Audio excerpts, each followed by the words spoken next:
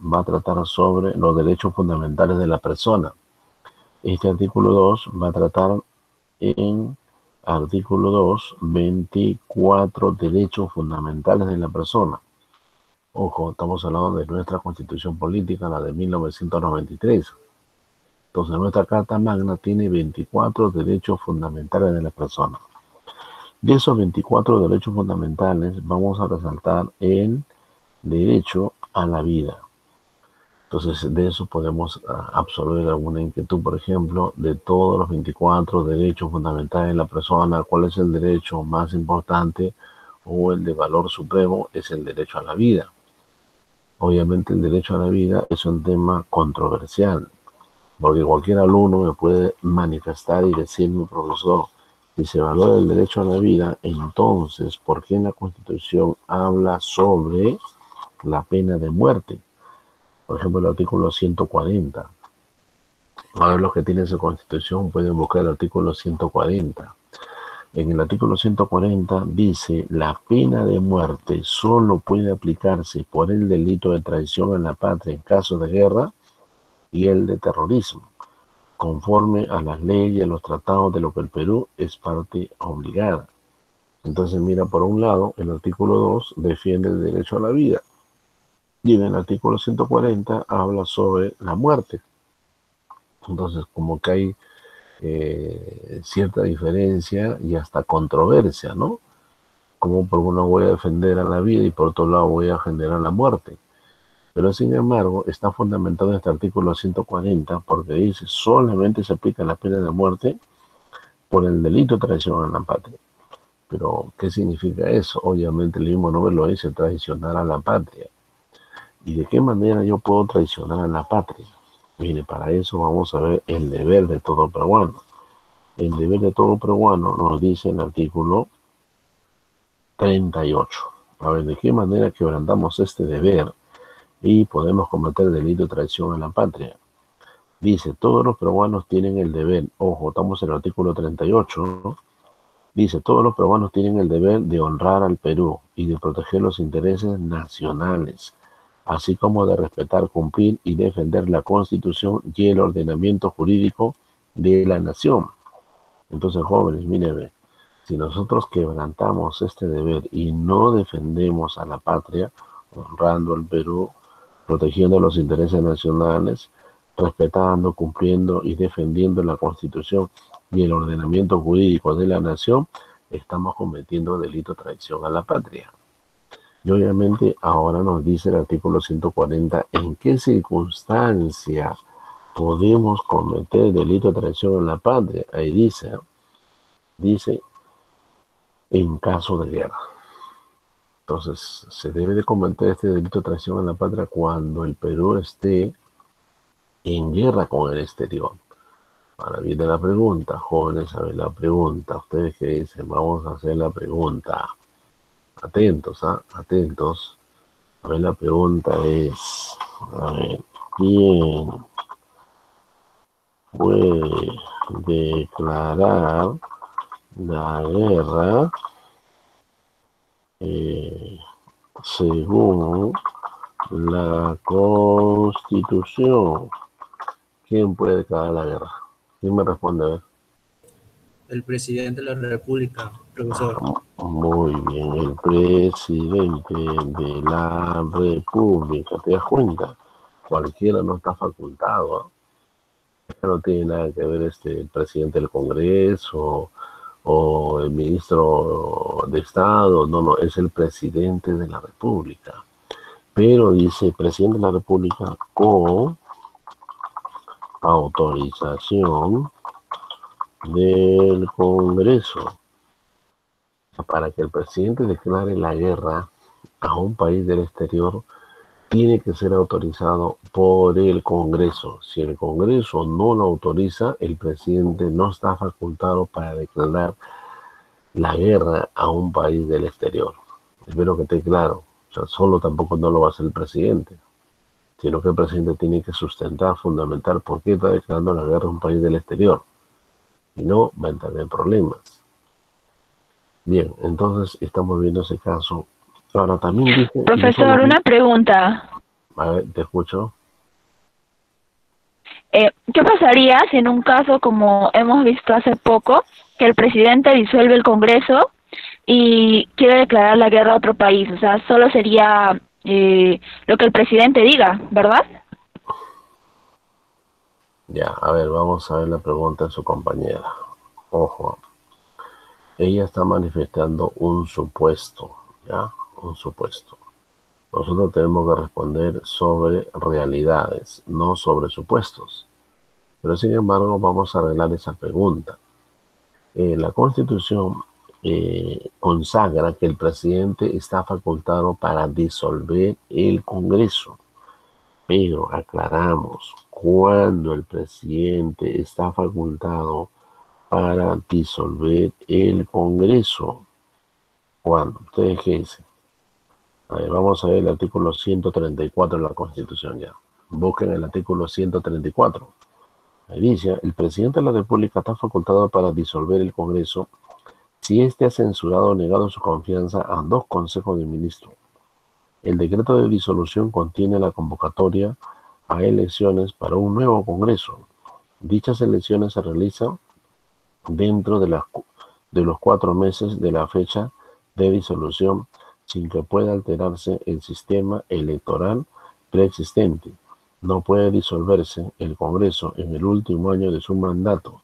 Disuelto el Congreso, se mantiene en funciones la comisión permanente, la cual no puede ser disuelta. No hay otra forma de revocatoria del mandato parlamentario. Bajo estado de sitio, el Congreso no puede ser disuelto. Entonces, ese es el fundamento porque el presidente está facultado para disolver el Congreso, pero así como lo disuelve, también tiene que convocar a la vez a elección de un nuevo Congreso. Y dice, lo hace dentro del plazo de 4 meses. Eso es lo que dice la Constitución. Ahora, ahí no habla sobre la guerra.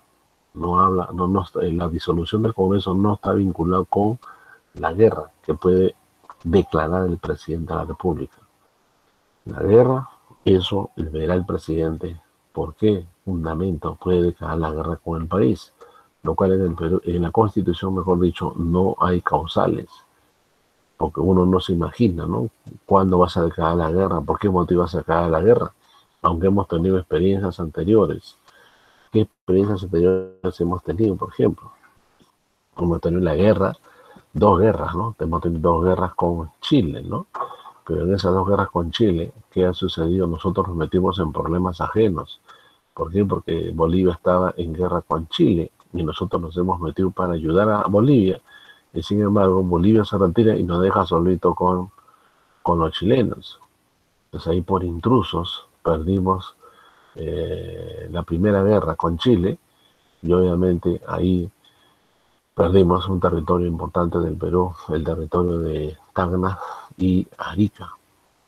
Solamente recuperamos Tacna y Arica sigue en manos de los chilenos. ¿Te das cuenta? Entonces ese es un caso que sucedió según la historia del Perú.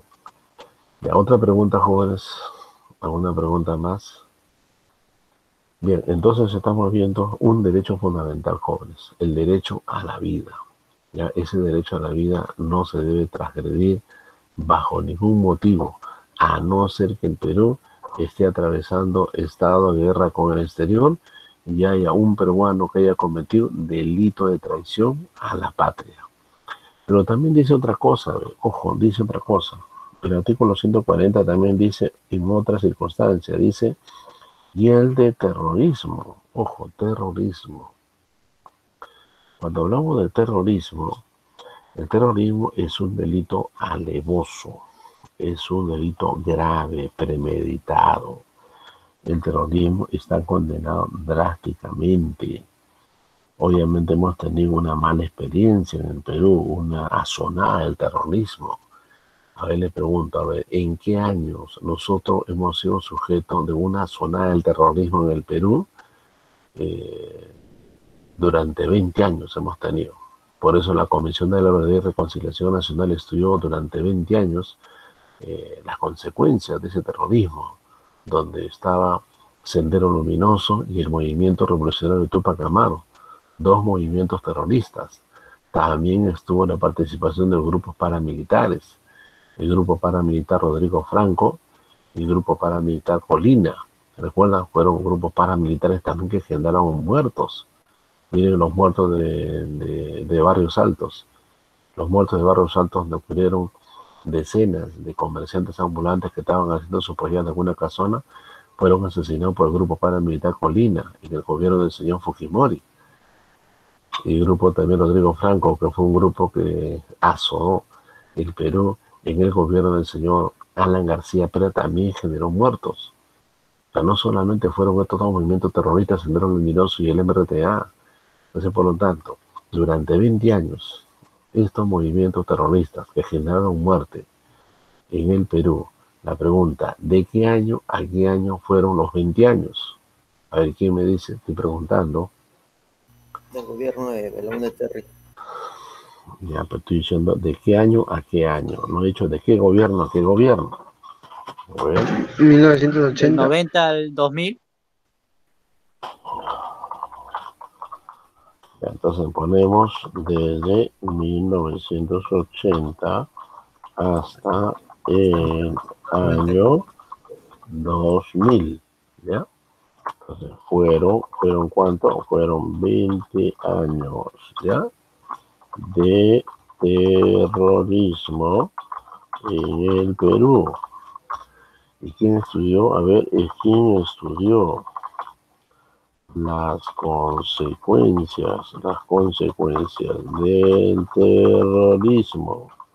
Les he dicho, la Comisión de la Verdad y Reconciliación Nacional.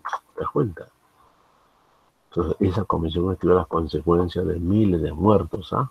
Murieron, mira, campesinos, estudiantes, profesores, ¿ya? Murieron jueces, fiscales, policías, militares, también terroristas, funcionarios del Estado. O sea, un sinnúmero de personas que murieron en explosiones, toma de comisarías, coches bombas, apagones, enfrentamientos en el Alto Guayaga, en todos los sitios del Perú. Eso fue triste, ¿no? Una mala experiencia. También hemos tenido plaga en el Perú. Yo he atravesado la plaga, por ejemplo, del cólera. Fue mi periodo de existencia, la plaga del cólera. La plaga de la conjuntivitis también llegó al Perú. O sea, vivieron varias plagas en el Perú que generaron muertes. Hoy tenemos la plaga, más que plaga, hoy tenemos una pandemia, ¿no? O sea, una enfermedad generalizada del coronavirus. Y mira, lamentablemente ha generado muchos muertos en el Perú hasta el día de hoy. Es triste lamentar que todavía no ha cesado esta pandemia. Tenemos que cuidarnos, ¿ah? Ojo, esos jóvenes que van a postular la policía que se están exponiendo, tienen que cuidarse.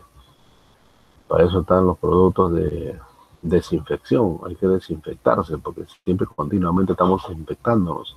Dejamos en el bus, en el carro, cogemos una parabrisas, el pasamano, cogemos algo que está contagiado, mire, no se puede, están infectados. Entonces, continuamente tenemos que infectarnos con productos de desinfección todos los días, señores. Si no, nos vamos a exponer enfermedades y vamos a ser víctimas. De esto nadie se libra, hasta los niños han sido contagiados. Bien, jóvenes, entonces con esa introducción resaltamos la importancia de la presentación del tema mecanismos de protección de los derechos humanos. Vamos a ver estos mecanismos de protección de los derechos humanos. A ver, ojo, atento, por favor. Dice, mecanismos de protección de los derechos humanos. Introducción. Los sistemas internacionales de protección de los derechos humanos surgen después de la Segunda Guerra Mundial como una reacción de la comunidad internacional frente a los horrores de la Segunda Guerra Mundial. Ahí pregunto, ¿en qué fecha se dio la Segunda Guerra Mundial? ¿Qué me dice? En el año de 1939. 1839. Segunda Guerra Mundial. Fue en el año de 1939 hasta duró 6 años. 1945. ¿Te das cuenta? Y ahí el imperio, no fue un imperio, ¿no? El imperio alemán, ¿no? intentó extender su dominio, ¿no? Su dominio territorial en toda Europa. ¿Te das cuenta? ¿Y quién estaba en ese momento gobernando el imperio alemán? ¿Quién estaba gobernando? Adolfo Hitler. Adolfo Hitler. Entonces, miren ustedes, y esta Segunda Guerra Mundial fue más sangriento que la Primera Guerra Mundial. En esta Segunda Guerra Mundial participaron más países, no solamente países de Europa, sino países de América. Entonces, miren, frente a esta desgracia, ¿no? Una desgracia lamentable, porque Adolfo Hitler fue un enemigo no solamente de los países del orbe, sino también enemigo de una raza. ¿A qué raza Adolfo Hitler odiaba a muerte? ¿Cómo hacemos esa raza? Judíos. Escucha, la raza hebrea, ¿no? Hebrea. La palabra judío es un adjetivo, el nombre de la raza hebrea. Así lo dice la Biblia, ¿no? Los hebreos, dice. Ya de luego aparecen otros nombres como adjetivos, la raza judía, ¿no? Otros lo llaman la raza de los israelitas, el pueblo de Dios. Se dan cuenta de la importancia de lo que significa como este pueblo, llamado pueblo de Dios, Dios lo defendía, ¿no? Dios lo protegía, porque los hebreos eran esclavos de diferentes gobiernos, y ahora último estaba siendo esclavo y dominado por los alemanes. Y los alemanes obviamente odiaban a esta raza, que llegaron a matar de inanición. Pregunto, ¿qué significa matar de inanición? Voy a ver, inanición. ¿Qué significa inanición? Inanición significa ser muerto de hambre, ¿ya? O sea, sin comer. Ya, sí, por eso eran esqueléticos, pues, ojo, eran esqueléticos, no comían. Lo mataron sin comer. Luego fueron también asfixiados. ¿En dónde fueron asfixiados? Asfixiados en la cámara de gas. Luego también fueron sepultados vivos. Ojo, miren, sepultados vivos. Miren cómo había ese odio a la raza hebrea de parte de esta cultura de los alemanes. Pues, odiaban, no querían que existiera la raza hebrea, querían desaparecer y querían que exista solamente la raza de los nazis, no la raza alemana. Una raza que quería imperar sobre todas las razas del mundo. Mira cómo este señor Adolfo Hitler pues era un líder militar, un líder también religioso, un líder político que dominaba al pueblo, y a todo el pueblo lo movió para odiar a muerte a la raza hebrea, como también eliminar a otras razas, ¿no? Porque él se enfrentó a diferentes países de Europa, no solamente se enfrentó a la raza hebrea. Entonces, mira, estamos viendo que en ese contexto de la Segunda Guerra Mundial, producto de las muertes, de las hecatombes, de miles y millones de muertos de la Segunda Guerra Mundial, entonces las Naciones Unidas va a establecer mecanismos de protección de los derechos humanos.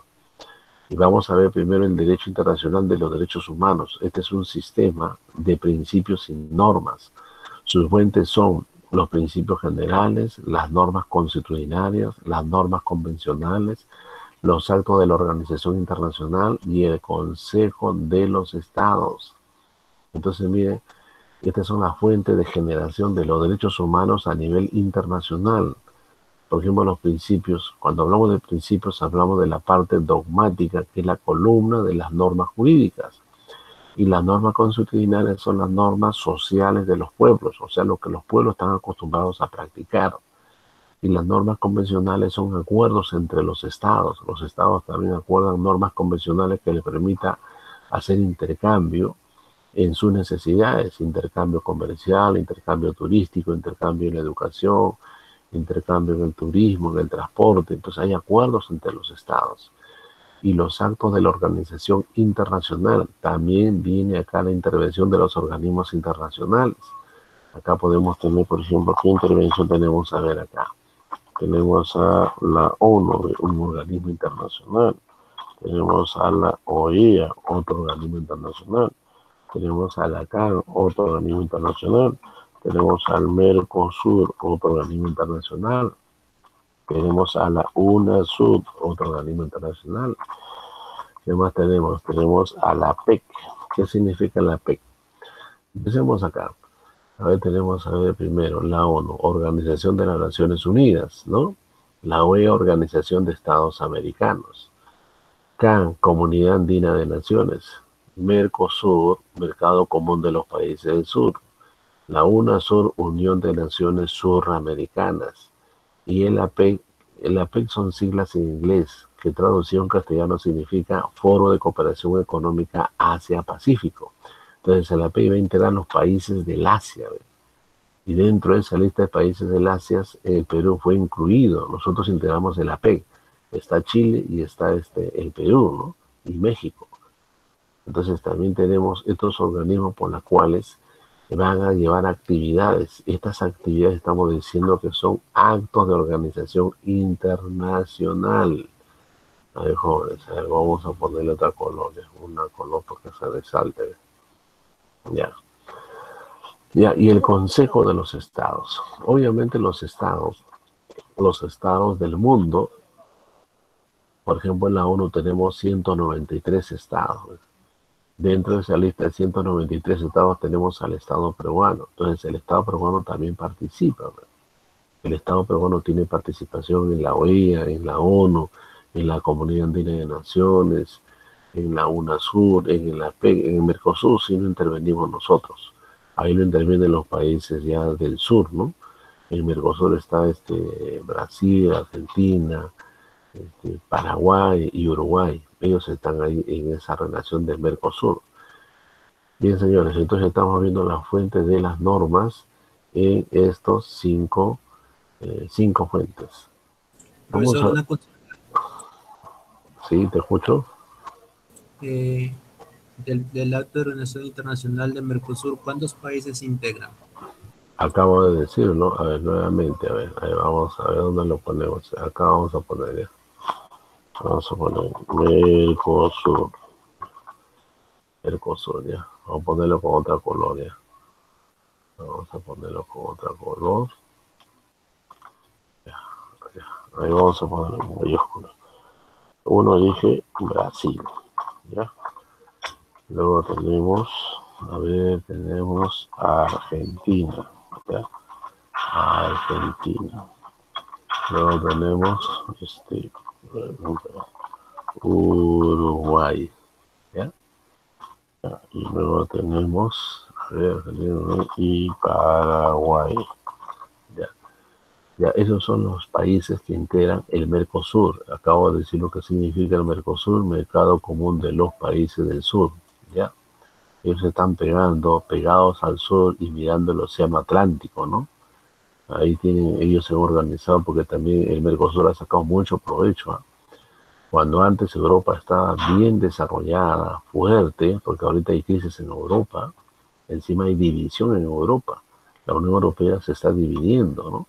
Varios países se han salido de la Unión Europea.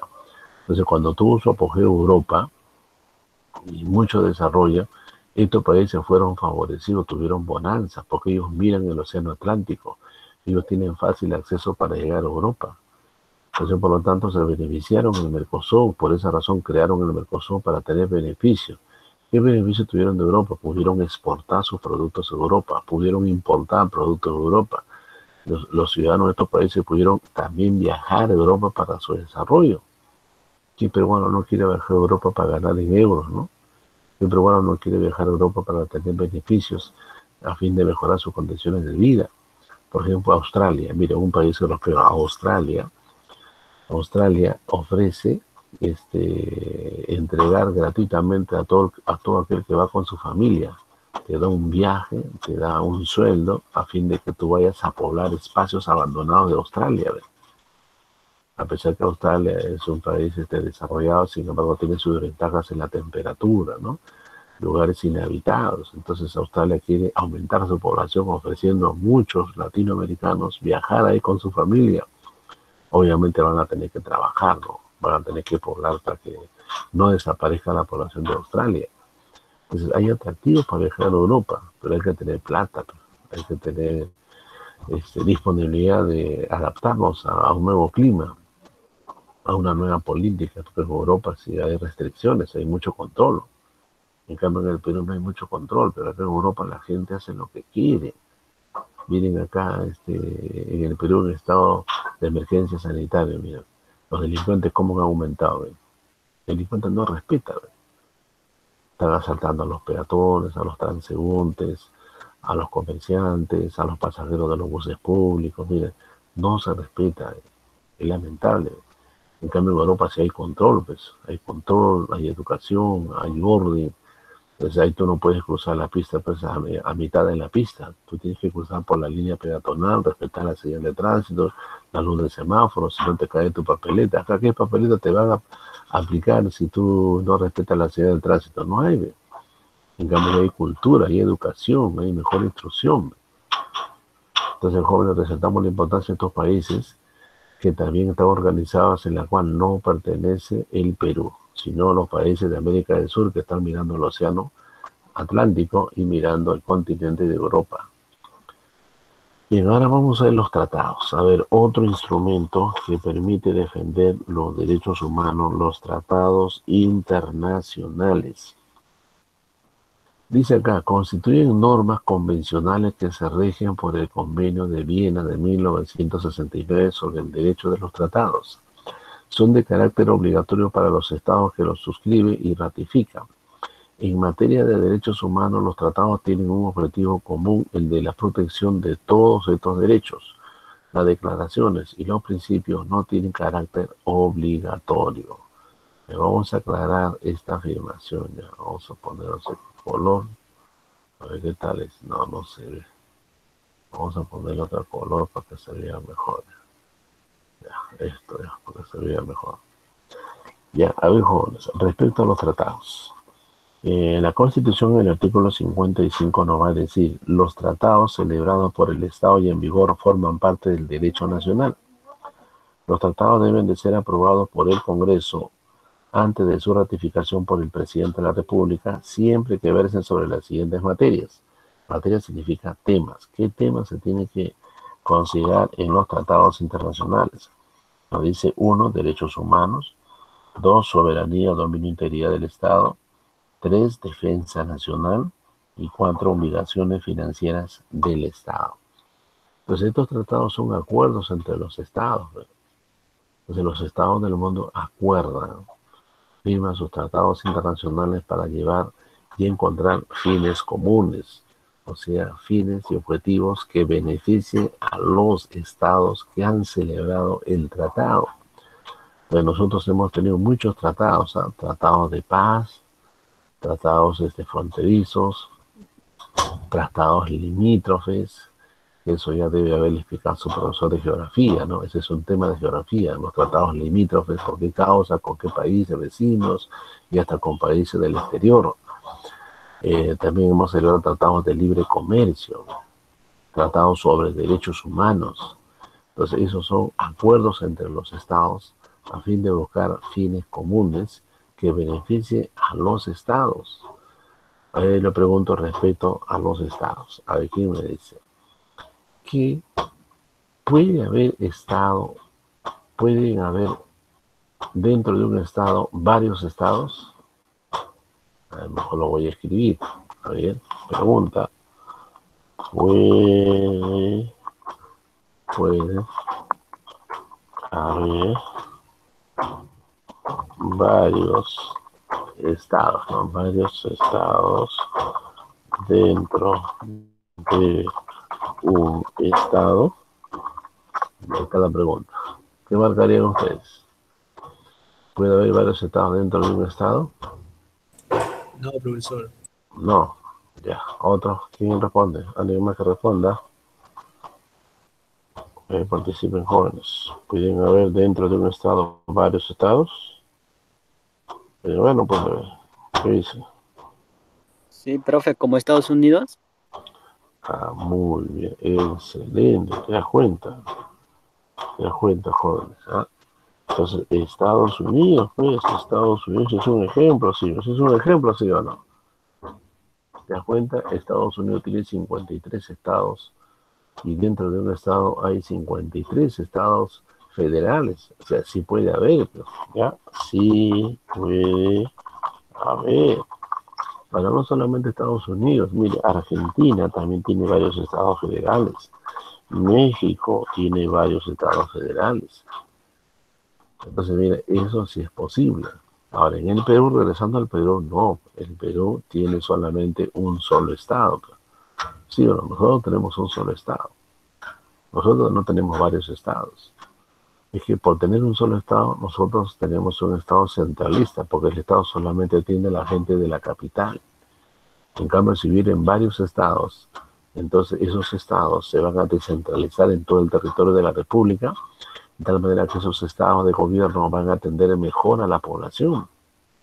La población va a ser atendido, porque cada estado maneja su propio presupuesto, tiene su propio gobernador, tiene sus propias leyes, y va a manejar mejor el gobierno porque el estado estará descentralizado, porque son varios estados.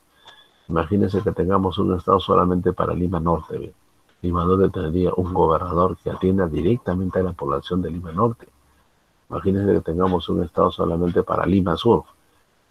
Pues ahí atenderíamos a todo Lima Sur o Lima Centro, ¿no? Lima cercado de Lima, o un gobierno regional, por ejemplo, como tenemos a ver acá en el Callao. Mira, el Callao tiene un gobierno regional, tiene su propio presupuesto, tiene sus propias autoridades. Pero ¿qué sucede, señores? ¿Ha mejorado el Callao por tener su propio gobierno regional? ¿Ha mejorado su estatus de vida, sus condiciones de vida? ¿Te das cuenta? Cuando hay presupuesto, mucho beneficio, y si hay mala autoridad, el pueblo no se beneficia. Lamentablemente el Callao ha aumentado la delincuencia, ¿no?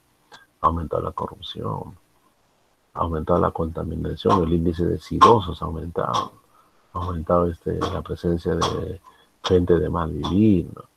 Hay pobreza en el Callao, siguen todavía los barrancones, siguen todavía las casas prefabricadas, no hay desarrollo. Pues eso es lamentable. Yo no estoy criticando, si yo estoy mencionando como ejemplo porque vean la importancia que hay un gobierno regional. Sin embargo, si hay malos gobernantes, el pueblo no se beneficia por las malas autoridades.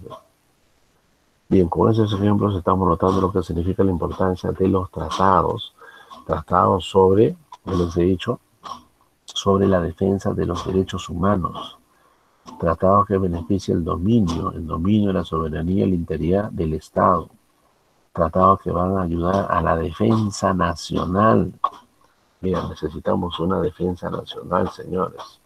A ver, le pregunto a ustedes, a ver, los que están atentos, esos que no están distraídos, esos que no están chateando con las mostras, ¿ya? No están chateando con el monstruo, ya saben, atento, voy a preguntar.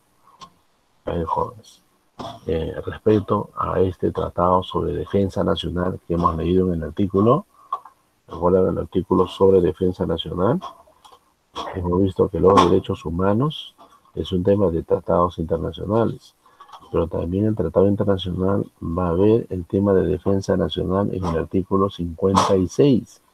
Entonces viene la pregunta, a ver, lo voy a escribir para que ellos de repente que no tienen audio o no escuchan bien.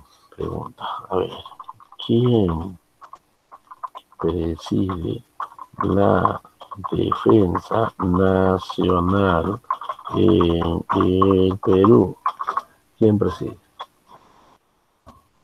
A ver, ¿quién me responde?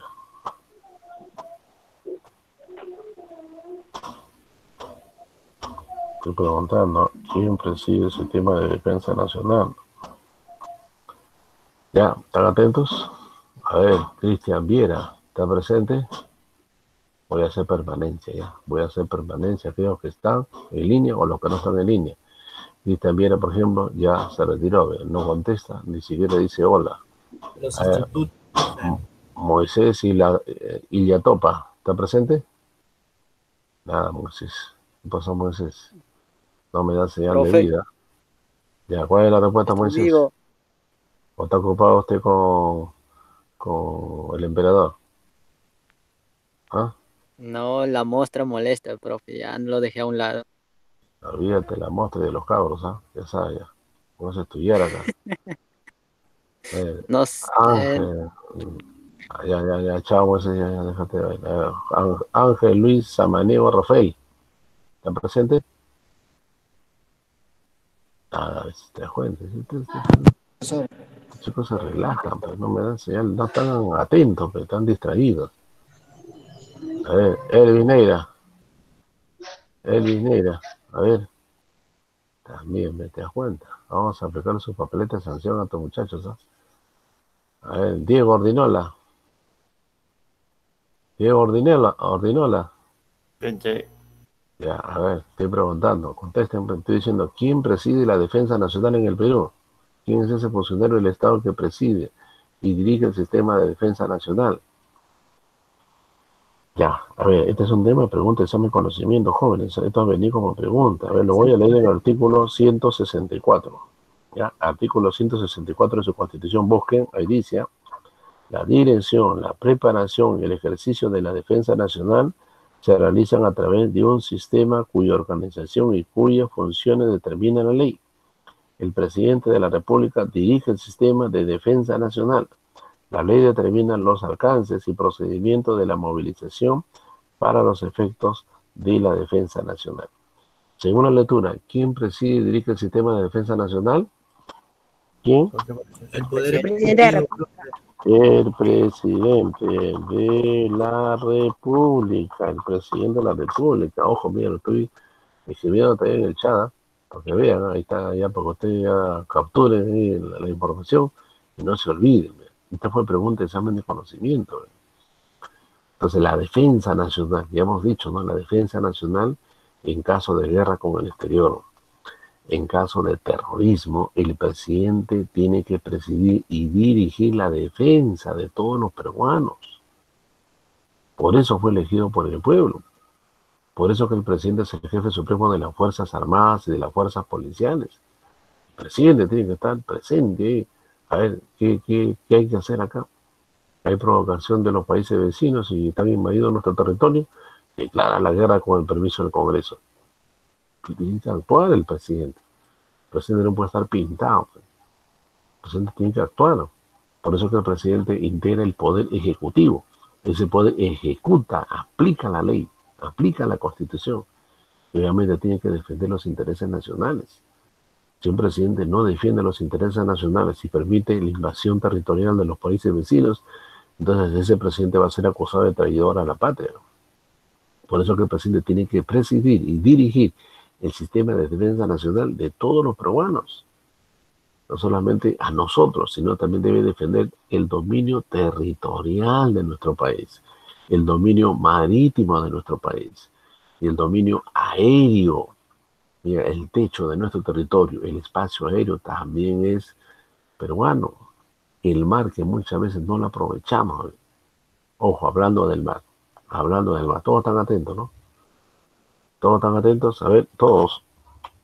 Atención. afirmativo, Ya, profe. mira, ahorita hay un problema sobre el examen de natación, ¿sí o no? Está prohibido hacer uso de la piscina, ¿sí o no? Está prohibido. Y sin embargo, en el prospecto va a haber examen de natación, ¿sí o no? Va a haber examen. Ya está publicado. Entonces, ¿qué sucede? Hay jovencitos que se están preparando y ya no les queda sino ir a la piscina, entonces están yendo a la playa, están yendo al mar. Ingresar al mar no está prohibido, porque las aguas del mar está potabilizado. A ver, pregunto, ¿qué elemento químico limpia las aguas del mar? Entendiendo que las aguas que nosotros arrojamos mediante el desagüe va directamente a desembocar al mar. Entonces, todo lo que nosotros desechamos a través del desagüe que desemboca al mar, la pregunta de un alumno curioso, la pregunta de un chico astuto, interesado por aprender, entonces toda esa cochinada que llega al mar, profesor, ¿cómo se purifica?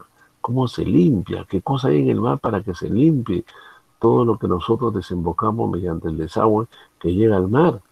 Ahí pregunto, ¿qué elementos químicos tiene el mar para purificar el agua de tal manera que cuando uno va a la playa uno no se enferma, uno no se contagia?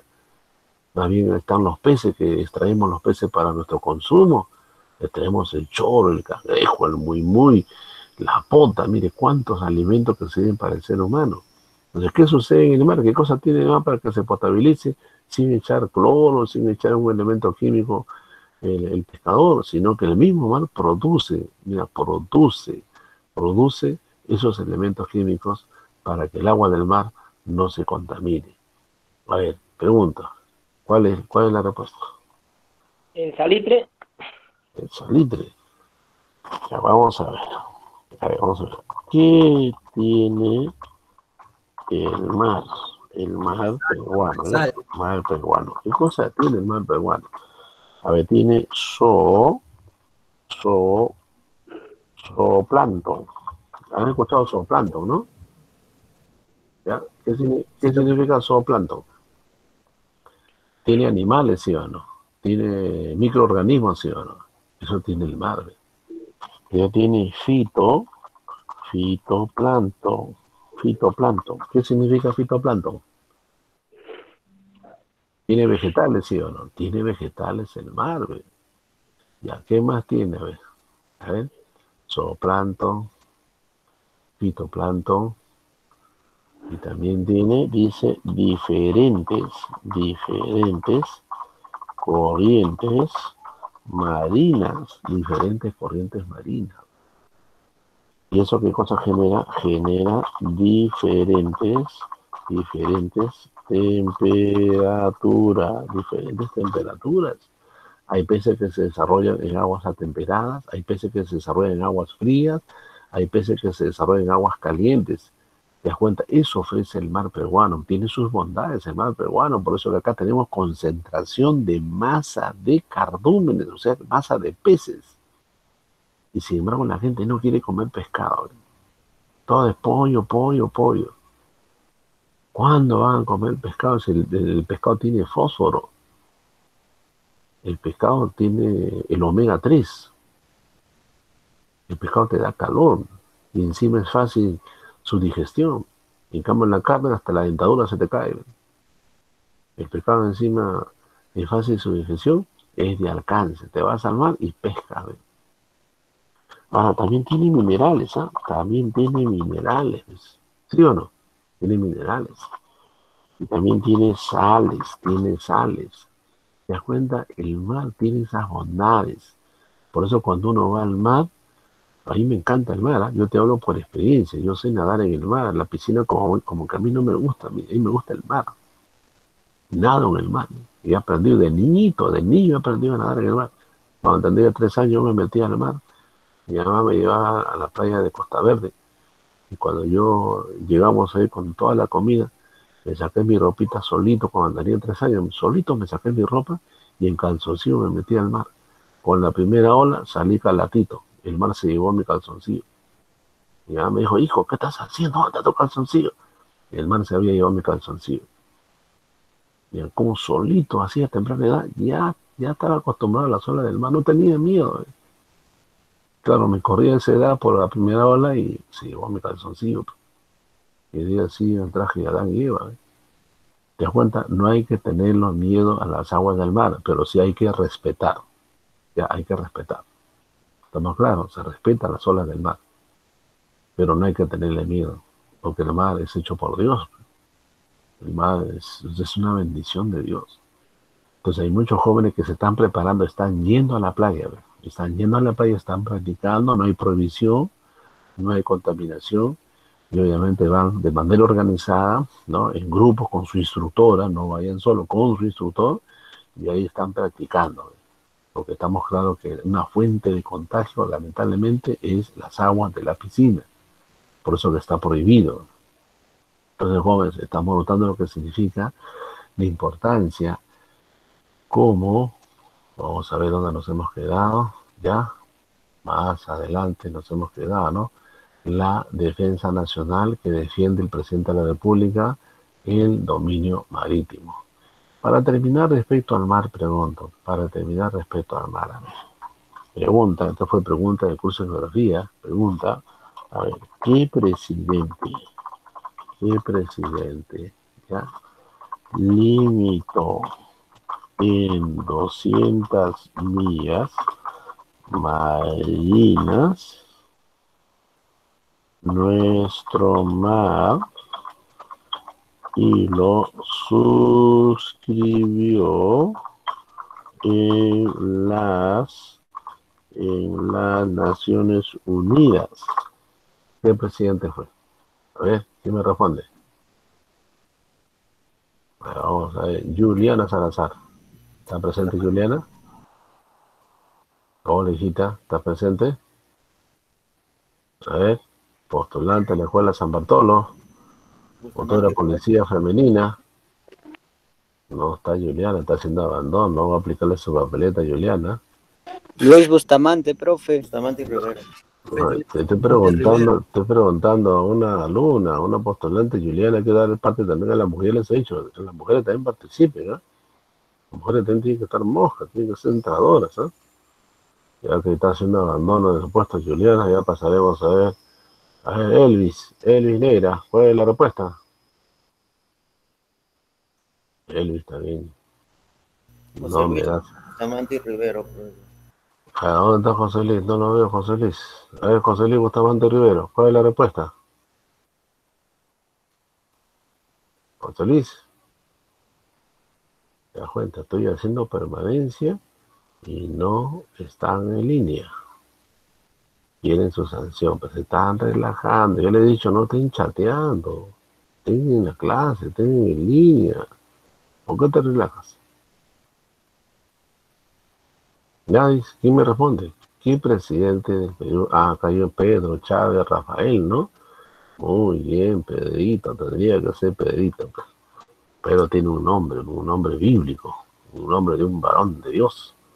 Pedro Chávez Rafael dice José Luis Bustamante y Rivero, ¿no? 1946, Junior y Noñán Sandoval. Mira, está añadiendo, agregando también una fecha importante, Junior, ¿ven? Y hay dos alumnos que se están atentos, que están respondiendo, ¿ah? Y entonces, ¿cuál sería la respuesta? El doctor José Luis Bustamante y Rivero. Ya, estamos claros, ¿eh? En 1946. Y esta fue una pregunta de examen de conocimiento de curso de geografía y también pregunta de cultura general. Te das cuenta nuestro mar. Por esa razón nosotros tenemos 200 millas. Mientras mediante la convención del mar, la mayoría de estados en el mundo solo tienen 12 millas marinas. ¿Te das cuenta? Tienen solamente 12 millas, digo 12 millas, ¿qué pasa? 12 millas marinas, 12 millas, ¿ya? Entonces, los que firmaron esa Convención del Mar, que es un acuerdo de las Naciones Unidas de los 193 estados, la mayoría firmaron para tener 12 millas. En cambio, nosotros no hemos firmado ese tratado, por eso mantenemos nuestras 200 millas marinas. O sea, nosotros tenemos playa, mar y alta mar. Y sin embargo no la aprovechamos. Tenemos que aprovechar el mar. Que van a los países desarrollados. Mire, solamente a ver Holanda. A ver, ¿qué pasa con Holanda? Holanda. Conocen Holanda, ¿no? Es un país europeo. Es un país bajo, ¿no? De Europa. ¿Te das cuenta? Entonces Holanda es un país bajo porque está por debajo del nivel del mar. Y mira cómo aprovecha el mar Holanda. Y obviamente es un país desarrollado que nos lleva mucho en avanzada tecnológica, en la educación, el orden, la seguridad, a pesar que Holanda es un país pequeñito. Pero mire, ellos aprovechan las olas del mar y dominan las olas del mar de tal manera que el mar está arriba y Holanda está abajo. Mira cómo dominan la bravura de su mar. En cambio nosotros tenemos un mar y no lo aprovechamos. Nos falta la cultura de dominar y aprovechar las bondades del mar peruano. Bien, entonces ahí dejamos y pasamos ahora a la siguiente diapositiva y tenemos los derechos humanos son derecho internacional. Ahí miremos acá. Los derechos humanos son derecho internacional. Derecho interno, leyes y reglamentos, juicios de los tribunales, eso es la jurisprudencia. Se aplica en el interior de un Estado. Las leyes nacionales protegen, garantizan los derechos humanos. En el derecho internacional, los tratados y acuerdos internacionales, mediante convenciones y pactos de los estados en el mundo. Ahí miremos estos dos. Cuando hablamos del derecho interno, es el derecho dentro del Estado peruano. Obviamente dentro del Estado peruano vamos a tener varios organismos que van a ver la parte de la administración de la justicia. ¿Qué tenemos en el Estado peruano? A ver, vamos a ver, ¿qué tenemos en el Estado peruano? En el Estado peruano, por ejemplo, vamos a tener al Poder Judicial, un organismo que administra la justicia dentro del país. Tenemos al Ministerio Público, otro organismo dentro del país. Tenemos a la Defensoría del Pueblo, mira, otro organismo dentro del país. Tenemos a ver al Ministerio de Justicia, otro organismo dentro del país. Y ahora mira lo que está actuando, ¿no? El Tribunal Constitucional, otro organismo que tiene que ver con la aplicación de la ley en nuestro país. Entonces, jóvenes, mira, son organismos internos dentro del país que van a administrar justicia. Y mediante la justicia se espera que protejan los derechos humanos, ¿ya? Ahora, si vemos el derecho internacional, ahí tenemos los tratados y acuerdos internacionales. Y hemos hablado sobre los tratados y hemos hablado sobre los acuerdos internacionales, sobre los organismos internacionales. Porque miren ustedes, nosotros tenemos muchos peruanos en el exterior. Por ejemplo, mira, ¿qué tenemos? A ver, tenemos peruanos en Europa. Hay peruanos en Europa. Tenemos peruanos, por ejemplo, a ver, tenemos peruanos en Estados Unidos. Tenemos peruanos en Estados Unidos. Tenemos peruanos en África. Tenemos peruanos en la Oceanía. Tenemos peruanos en la Antártida. Tenemos peruanos en el Asia. ¿Te das cuenta? Esos peruanos tienen sus derechos humanos y son protegidos por acuerdos internacionales, de tal manera que ningún extranjero debe violar los derechos humanos de nuestros compatriotas fuera del país. Lo mismo sucede, mira, lo mismo sucede con los venezolanos en nuestro país. ¿Qué pasa con ellos? Ellos tienen sus derechos vigentes. Entonces también nosotros tenemos que respetar los derechos del venezolano en nuestro país. Ellos tienen derecho al trabajo, derecho a la vida, derecho a la educación, derecho a su desarrollo, derecho a formar a su familia. Tienen derecho también los venezolanos, aunque tienen pocas oportunidades porque hay peruanos que tampoco tienen trabajo. Y también nos faltan algunos malos elementos que han venido de Venezuela al Perú para delinquir, ¿no? No solamente para delinquir, sino también hasta para hacer una vida desordenada, ¿no? Mujeres fáciles. ¿No? Es lamentable que eso hablemos de un país vecino, ¿no? Eso cuesta trabajo hablar sobre ese tema, es muy delicado también. Bien, entonces estamos viendo lo que significa esta parte de la diapositiva. Vamos a pasar a lo otro. Acá tenemos qué derechos protegen estos acuerdos internacionales, estos tratados internacionales y estos organismos que hemos visto, ¿no? La ONU, la OEA, la Comunidad Andina de Naciones, el Mercosur, la UNASUR y el APEC, ¿no? Estos organismos internacionales, mediante los tratados, qué derechos va o debe de proteger. Y acá tenemos, por ejemplo, el derecho a la familia. Recuerdan, la familia lo constituyen los miembros, ¿no? Los padres y los hijos. Y no solamente ellos, sino también están los nietos, bisnietos, tataranietos, los abuelos, bisabuelos, los cuñados, el yerno, la nuera. O sea, la familia crece numéricamente.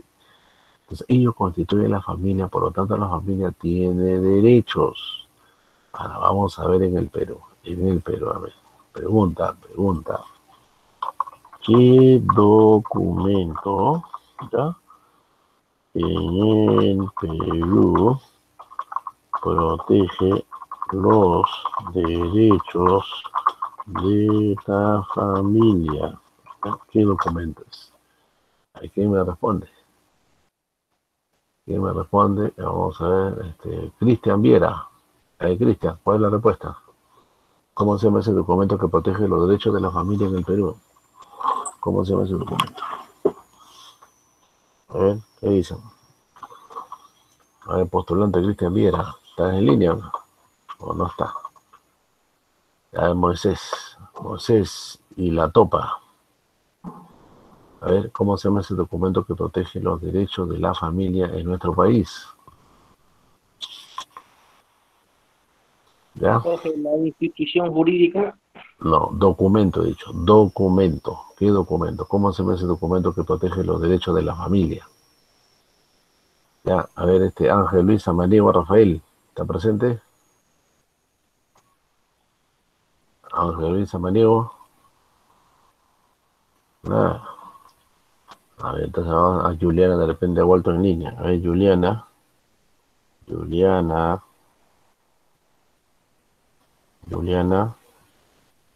no está presente. ¿Qué está pasando? ¿Qué pasa con estos muchachos? No sé, me sé.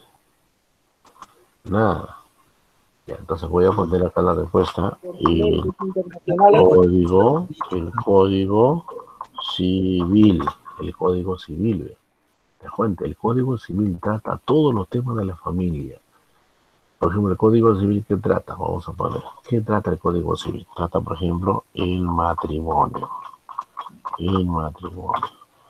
El divorcio. ¿Ya? Por ejemplo, la separación de cuerpos. Trata la tutela. ¿Ya? Trata la patria potestad. ¿Ya? Trata la curatela también. Los derechos del hijo. Trata los deberes de los padres. Trata sobre el testamento y los herederos. Trata sobre los derechos del concebido también, ¿ve?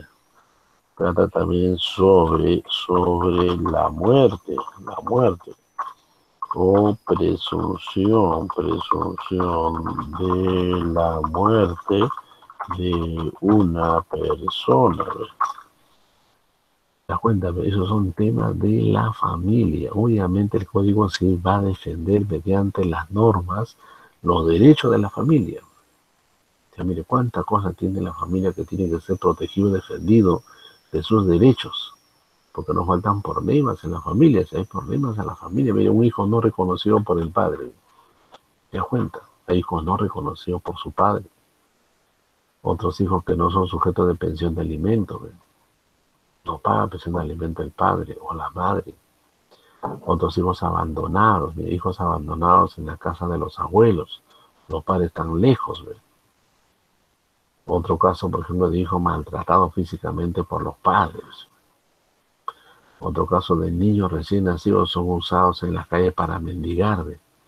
Te das cuenta, mira, cómo la familia se resquebraja, se afecta. Entonces, eso falta, ¿ve? Entonces el Código Civil tiene que atender esas necesidades de estas personas que lamentablemente son sujetos de violación de sus derechos humanos. Entonces, para eso está el Código Civil. Ojo, el Código Civil. Acá está el Código Civil.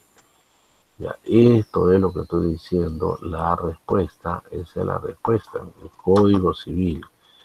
Que data, vamos a ver, que data desde 1984. Hasta el día de hoy está vigente este Código Civil, solamente se ha modificado, pero no se ha cambiado. Se ha perfeccionado, en otras palabras, el Código Civil.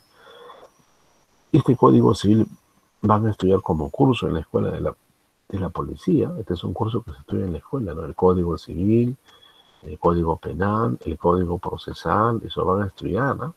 Van a estudiar también los derechos humanos como curso en la escuela. Así que esos temas son fundamentales para que un policía esté preparado y aplique la ley cuando va a garantizar, mantener y restablecer el orden interno del país. Por ejemplo, mire cómo ahora están participando los policías en el toque de queda. Están haciendo intervenciones, batidas, y están interviniendo aquellos ciudadanos que están circulando después de las 10 de la noche. La policía interviene y lo arresta, toma su declaración, le hace su parte policial y le pega su multa. ¿Ve? ¿Te das cuenta? Entonces tú tienes que saber intervenir, pero tú tienes que saber tratar con el ciudadano. Porque como yo te pregunto, pero veo que no interviene, tienen que intervenir jóvenes, ¿ah? Algunos van a intervenir, ¿ah? Voy a poner un caso llamado casuística, ¿ya? Casuística lo voy a poner, a ver. Imagínense que tú eres policía y estás de servicio después de las 10 de la noche y encuentras a un ciudadano circulando por las calles después de las 10 de la noche. ¿Qué haces con ese? Por ejemplo, son las 10:15 ya, 10:15 de la noche. Y tú lo abordas ese ciudadano que está yendo a su casa a descansar, saliendo de su trabajo tarde y está yendo cansado a su trabajo, y tú lo abordas, ¿no? Tú lo abordas y le pides su identificación. A ver, ¿qué harías tú en esa circunstancia? ¿Lo detienes, lo arrestas, lo llevas a la comisaría, le pegas la multa? ¿Cuál sería tu reacción? A ver, ¿qué harías con ese ciudadano a las 10:15 de la noche que está regresando a su trabajo cansado, yendo caminando a su casa? ¿Cuál sería tu actitud como un policía? ¿A quién me responde? ¿Cuál sería tu intervención a un ciudadano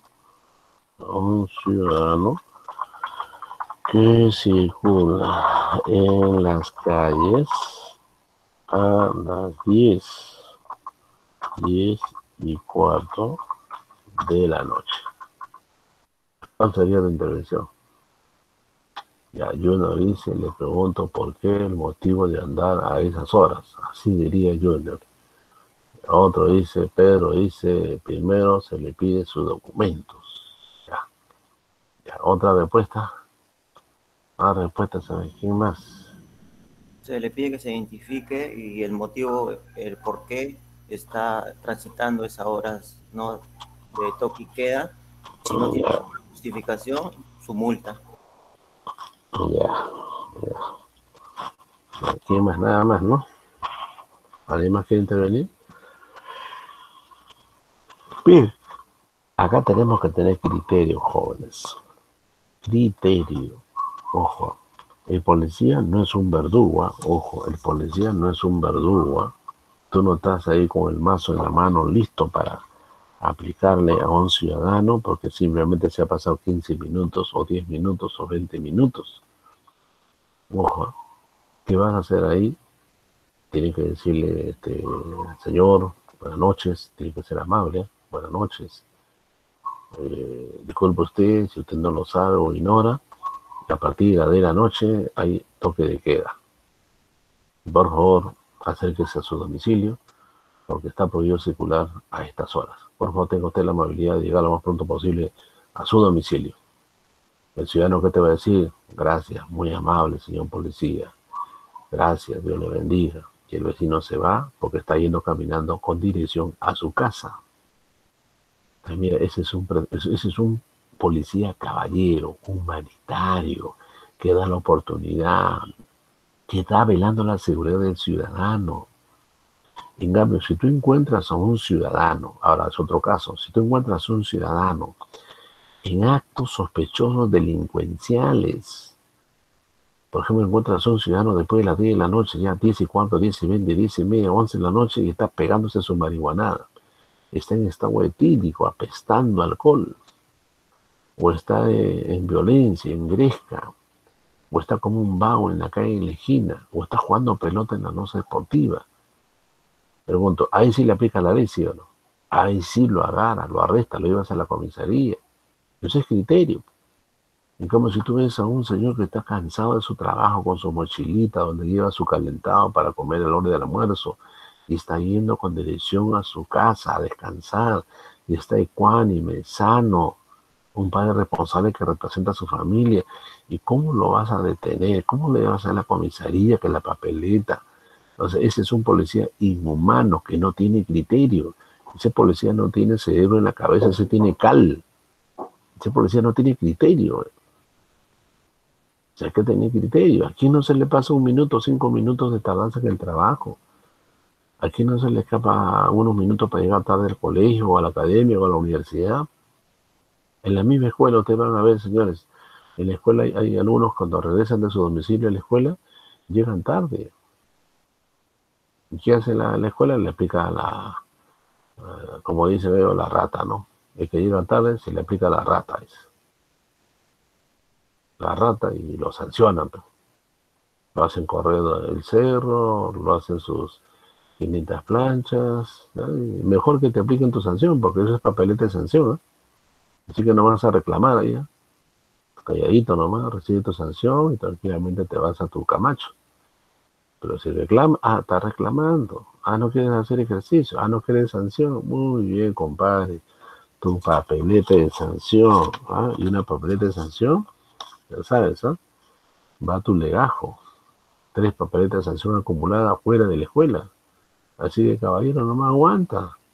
Calladito, aguanta tu sanción. ¿Te das cuenta? Entonces, eso mismo el policía tiene que tener criterio. No puedes aplicar la ley igual para todos. Tú tienes que ver las circunstancias. Y eso hace falta. Hay muchos policías que se meten en problemas. Mira lo que ha pasado. A ver, miren, otro caso que ha pasado. Este es un caso real que ha pasado. En la discoteca Tomás Restobar. ¿Recuerdan esa discoteca donde murieron 13 jóvenes en Los Olivos, sí o no?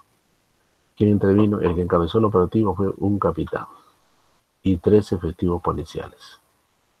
Intervinieron en este restaurante donde habían más de 120 personas. Para 120 personas es suficiente un operativo con 3 efectivos policiales. No, mal. No, señores, mala intervención. Encima impidieron la salida de los jóvenes de la discoteca y terminaron asfixiados. 13 jóvenes murieron. Mala intervención, negligencia, provocación de la muerte mediante asfixia. ¿Te das cuenta de lo que significa? Cuando no hay criterio, el policía mete la pata. Vas a actuar mal. Entonces hay que pensar, hay que examinar las circunstancias, hay que ver el contexto.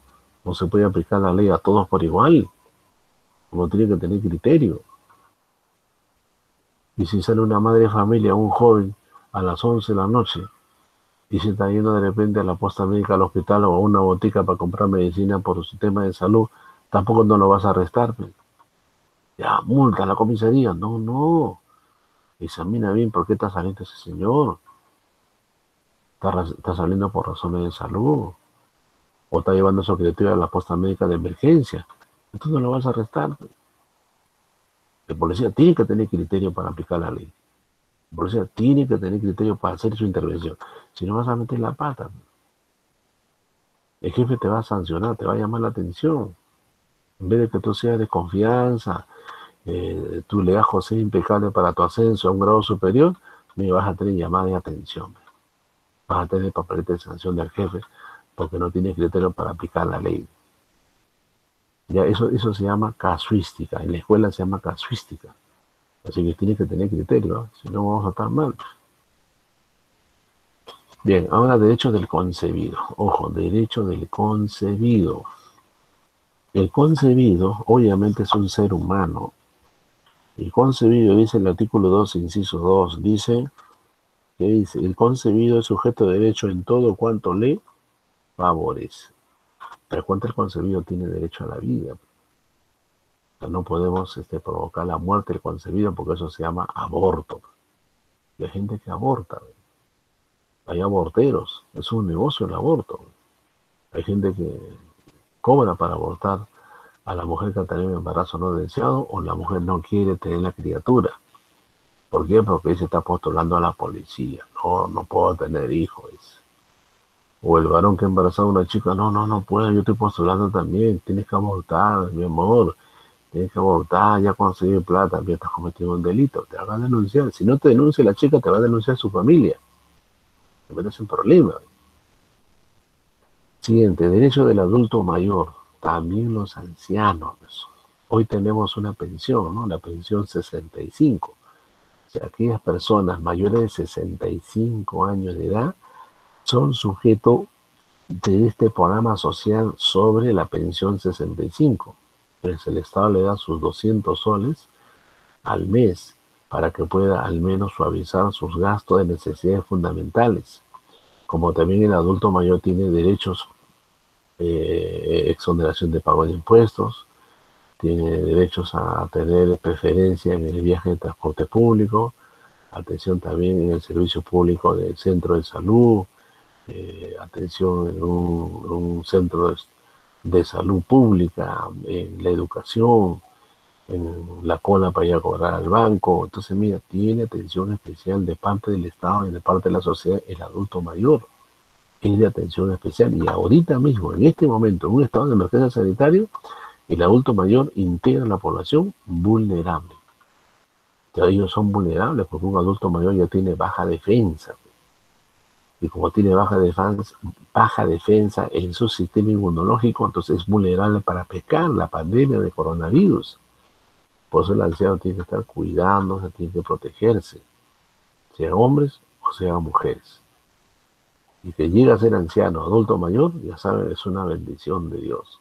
Porque cuántos se mueren siendo niños, siendo jóvenes. Llegar a ser ancianos, ¿no? 70, 80, 90 años, es una bendición de Dios. Dios te ha prolongado la vida. Y si Dios te da años de vida, tiene propósito eso. Para que tú sirvas a la sociedad, sirvas a Dios, sirvas a tu familia, hagas algo por el Perú.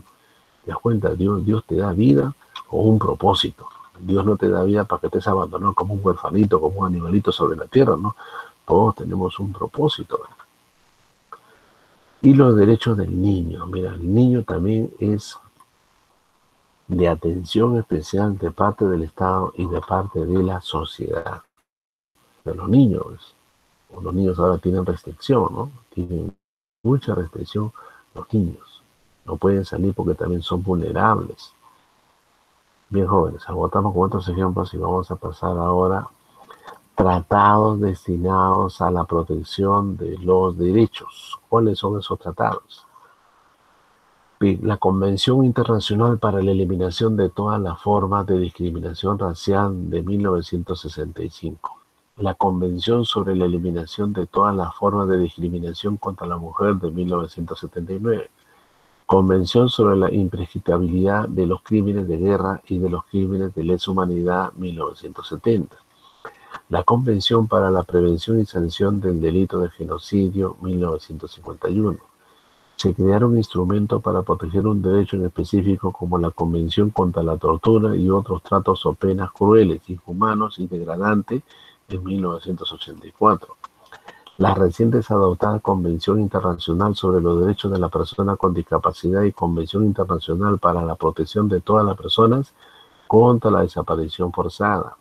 La Convención Internacional sobre la Protección de los Derechos de todos los trabajadores migratorios y de sus familiares de 1990.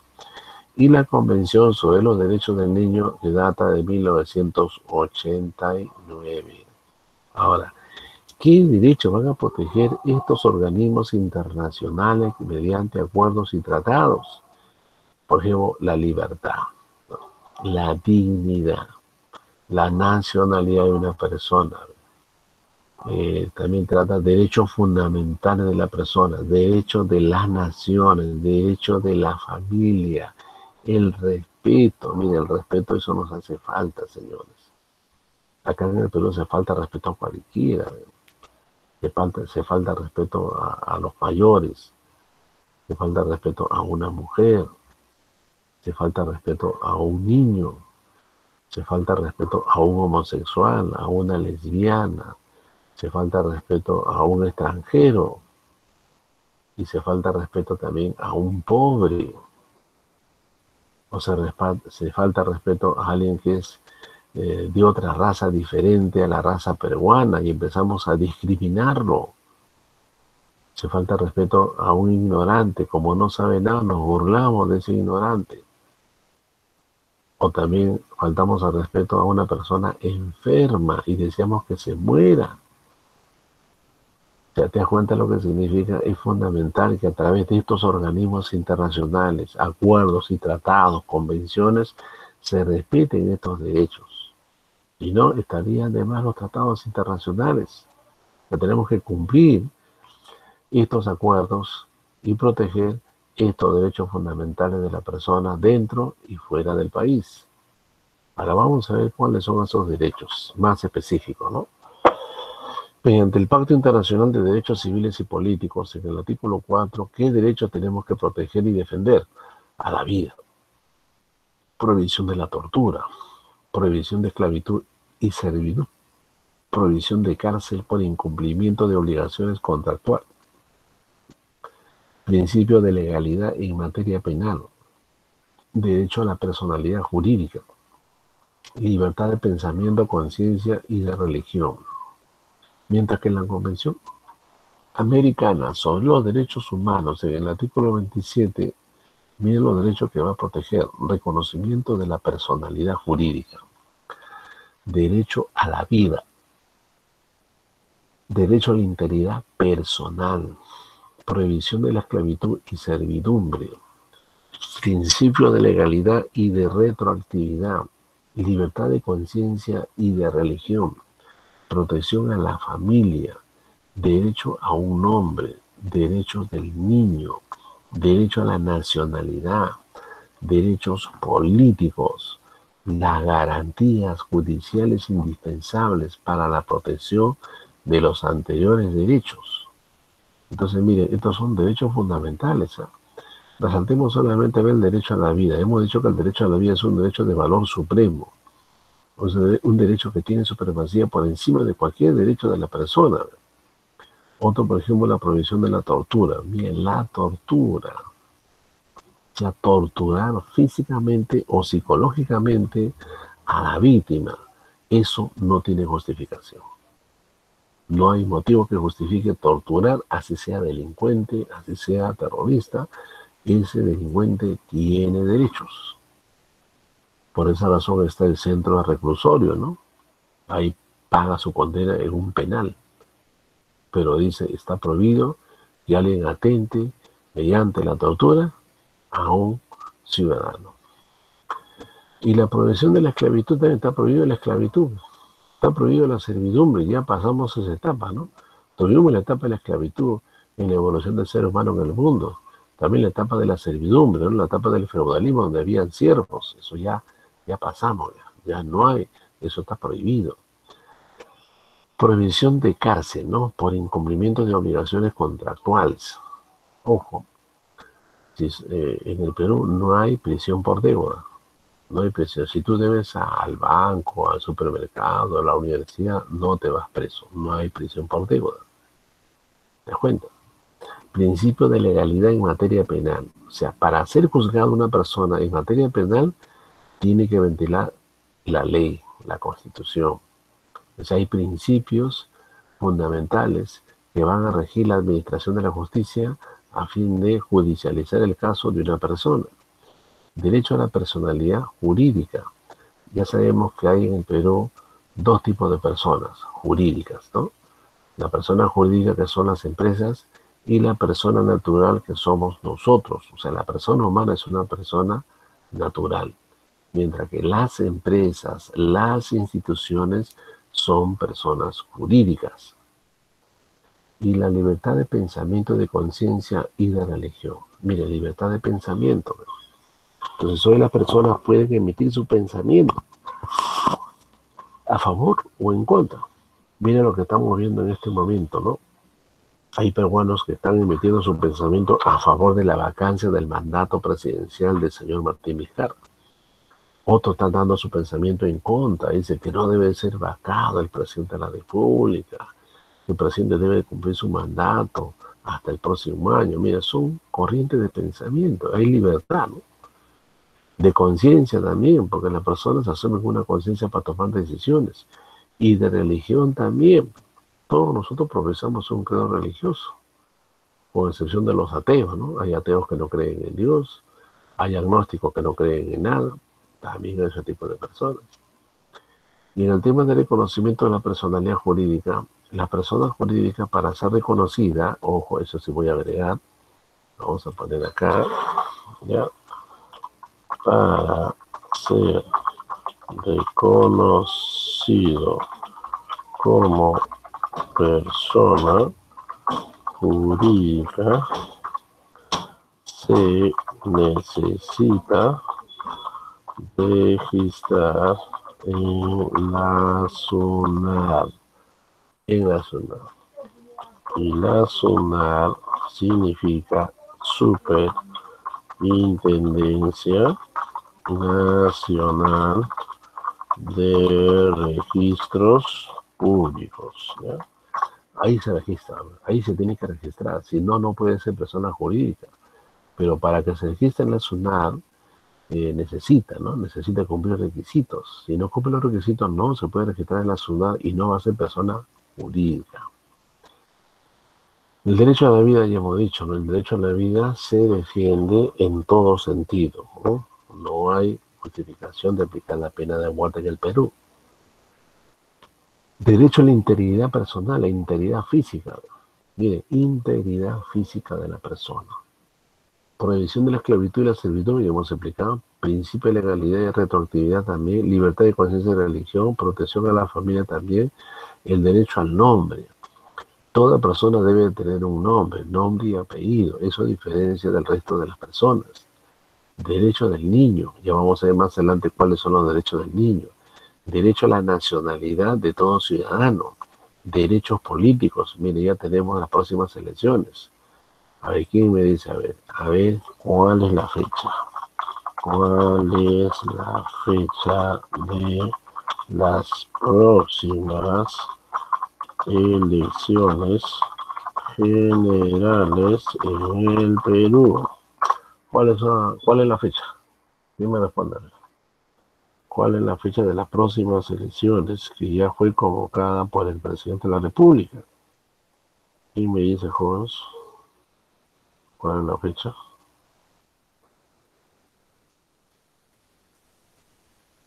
A ver. 11 de abril del 2021, mi catedrático. Muy bien, excelente. Pues ya saben, 11 de abril, no deben olvidarse, ¿eh? Ya, el 11 de abril del año 2021 del próximo año. Si es un tema de actualidad, puede ser una pregunta de examen, de entrevista personal o examen de conocimiento. ¿Ya? Ahora, Jason Celada dice, Jason está participando. ¿Dónde está Jason? A ver acá. Jason dice, profesor, si no hay orden de cárcel por deuda, hoy en día muchas familias se están viendo afectadas por deudas a las clínicas. ¿Cuál es la salida de la deuda? Obviamente tienen que pagar, ¿no? ¿O cree que le van a exonerar? Tienen que pagar. Ahora, el Estado, mediante decreto de urgencia, ha aprobado que las víctimas de coronavirus atendidas en las clínicas privadas, el Estado va a cubrir ese gasto. Entonces, la familia del paciente tiene que solicitar al Estado que cubre ese gasto de la deuda que tiene el paciente a la clínica privada. Entonces, es un trámite. El Estado se ha comprometido en cubrir esa deuda. ¿Estamos claros? Hay que acercarse al Estado. Hay que ir al Estado y que el Estado cubra esa deuda. Porque eso es un decreto de urgencia que el Estado debe de cumplir precisamente para aquellos afectados que fueron víctimas de coronavirus y de emergencia tuvieron que ser atendidos en una clínica privada. ¿Ya? Entonces, esa es la respuesta para Jason Celada que está preguntando. Bien, sigamos, ¿ya? Ahora vamos a pasar al siguiente. Bien, acá tenemos obligación de los estados. ¿Qué deberes u obligaciones tienen los estados en temas de protección de los derechos humanos? Y hemos dicho, ¿ve? Respetar los derechos humanos, proteger los derechos humanos, garantizar la ley para que protejan los derechos humanos. Y diligencia, significa la debida atención. ¿Quién es un diligente? El que está atento, el que está escuchando, el que está atento para que se cumpla la ley, el que está atento para que se protejan sus derechos humanos. En cambio, el que no es diligente es aquel que está desatento, distraído, no pone interés, es indiferente, no quiere aprender, se relaja, quiere estudiar cuando le da la gana, no persevera, se tira para atrás en el primer intento. Viene gente así, ¿no?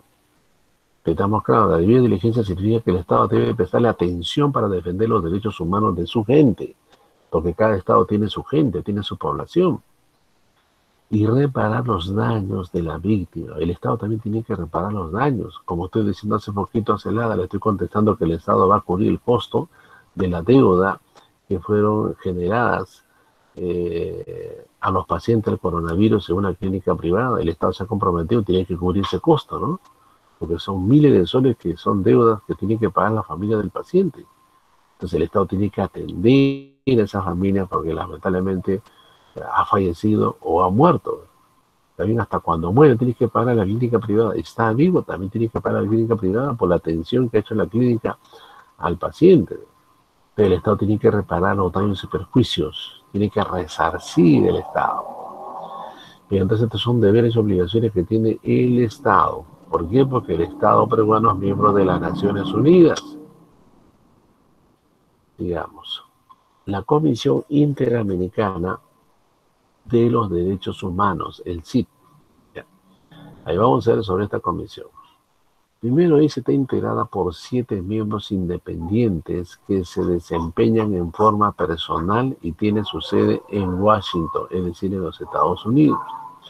Se establece en 1959 y es un órgano principal y autónomo de la Organización de los Estados Americanos de la OEA, encargado de la promoción y protección de los derechos humanos en el continente americano, además de servir como órgano consultivo en esta materia. Funciones de esta Comisión Interamericana de Derechos Humanos. Dice, presentar casos ante la Corte Interamericana de Derechos Humanos, publicar informes sobre la situación de los derechos humanos, vigilar el respeto de los derechos humanos y recibir, analizar e investigar las peticiones individuales en las que un Estado miembro de la OEA ha violado los derechos humanos. Entonces, estamos claros, esta es una comisión que no tiene facultad de administrar justicia, pero sí dice, presenta casos. Es un intermediario que presenta los casos a la Corte de Justicia de la OEA. También va a dar informes sobre la situación de los derechos humanos. Mira, no administra justicia. Vigila también el respeto de los derechos humanos. O sea, tiene que cumplirse y para eso tienen que vigilar que se respete los derechos humanos de los miembros de la OEA. Y recibe también, analiza, investiga las peticiones que hacen las personas individuales de un Estado miembro de la OEA. Desde en cuenta, esta es la función de la de la Comisión Interamericana de Derechos Humanos. Ahora, acá tenemos que diferenciar entre Comisión Interamericana de Derechos Humanos con la Corte Interamericana de Derechos Humanos. ¿Cuál es la diferencia en sus funciones? Ahí vamos a ver acá la comisión, ¿ya? ¿Cómo se ve la comisión? En la comisión nos dice, no tiene potestad de dictar medidas cautelares. ¿Te das cuenta? La comisión no administra justicia entonces. La comisión no es un organismo jurisdiccional y tampoco tiene autonomía. Depende de los países miembros que suscribieron el convenio constitutivo de la Carta de la OEA. No elabora providencias, autos ni sentencias. Te das cuenta, no juzga, no sentencia esta comisión. Sin embargo, la Corte Interamericana de Derechos Humanos dice que es una corte que sí tiene potestad de dictar medidas provisionales y cautelares, La Corte es el máximo tribunal de justicia de aplicación de derechos humanos en América. La Corte juzga y emite sentencias inapelables de cumplimiento obligatorio para los estados, parte del Pacto de San José en Costa Rica. Una cosa es la moción de la Comisión Interamericana de Derechos Humanos y otra cosa es la Corte, que sí administra justicia en temas de derechos humanos de los países miembros de la OEA. Ahora, ¿qué es la Corte Interamericana de Derechos Humanos? Ya hemos visto la Comisión, ahora vamos a la Corte. Definición. Es un órgano judicial autónomo de la Organización de los Estados Americanos que tiene su sede en San José, Costa Rica, y fue establecida en 1979. Los idiomas oficiales de esta Corte, dice, son, al igual que en la OEA, el español, el francés, el inglés y el portugués. Los idiomas de trabajo son los que acuerde la Corte cada año. Sin embargo, para un caso determinado puede adoptarse también como idioma de trabajo el de una de las partes siempre que sea oficial. El propósito de esta Corte es aplicar e interpretar la Convención Americana sobre los Derechos Humanos y otros tratados de derechos humanos a los cuales se somete el llamado Sistema Interamericano de Derechos Humanos. Vamos a ver las funciones. Conocer los casos en que se alegue que uno de los estados parte ha violado un derecho o libertad protegidos por la Convención, siendo necesario que se hayan agotado los procedimientos previstos en la misma, tales como el agotamiento de los recursos internos.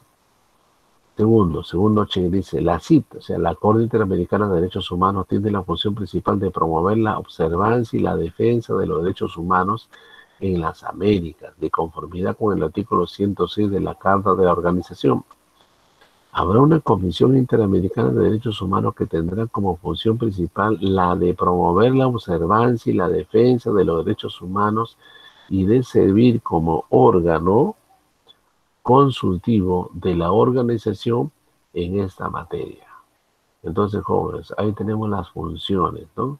Una función jurisdiccional, una función de protección que está ligada directamente a la defensa de los derechos humanos. Obviamente eso es lo más sensible, ¿no? Es lo más sensible que los derechos humanos sean vulnerables en la defensa. Para eso está esta Corte, ¿no? A ver, tenemos la Corte Interamericana de Derechos Humanos. Tenemos, a ver, en lo general y también tenemos en el funcionamiento. A ver, en lo general, órgano de supervisión judicial de la Convención Americana sobre Derechos Humanos, creada en 1969 en el marco de la CAT y establecida en 1979 luego de su entrada en vigor, sede en San José de Costa Rica. Funcionamiento. Sesiones ordinarias, la cantidad necesaria para el cabal ejercicio de sus funciones y extraordinaria convocada por la presidencia, siempre en su sede, por mayoría de sus miembros, puede resolver reunirse en cualquier estado miembro que lo considere conveniente con su anuencia o invitación. Secretaría permanente.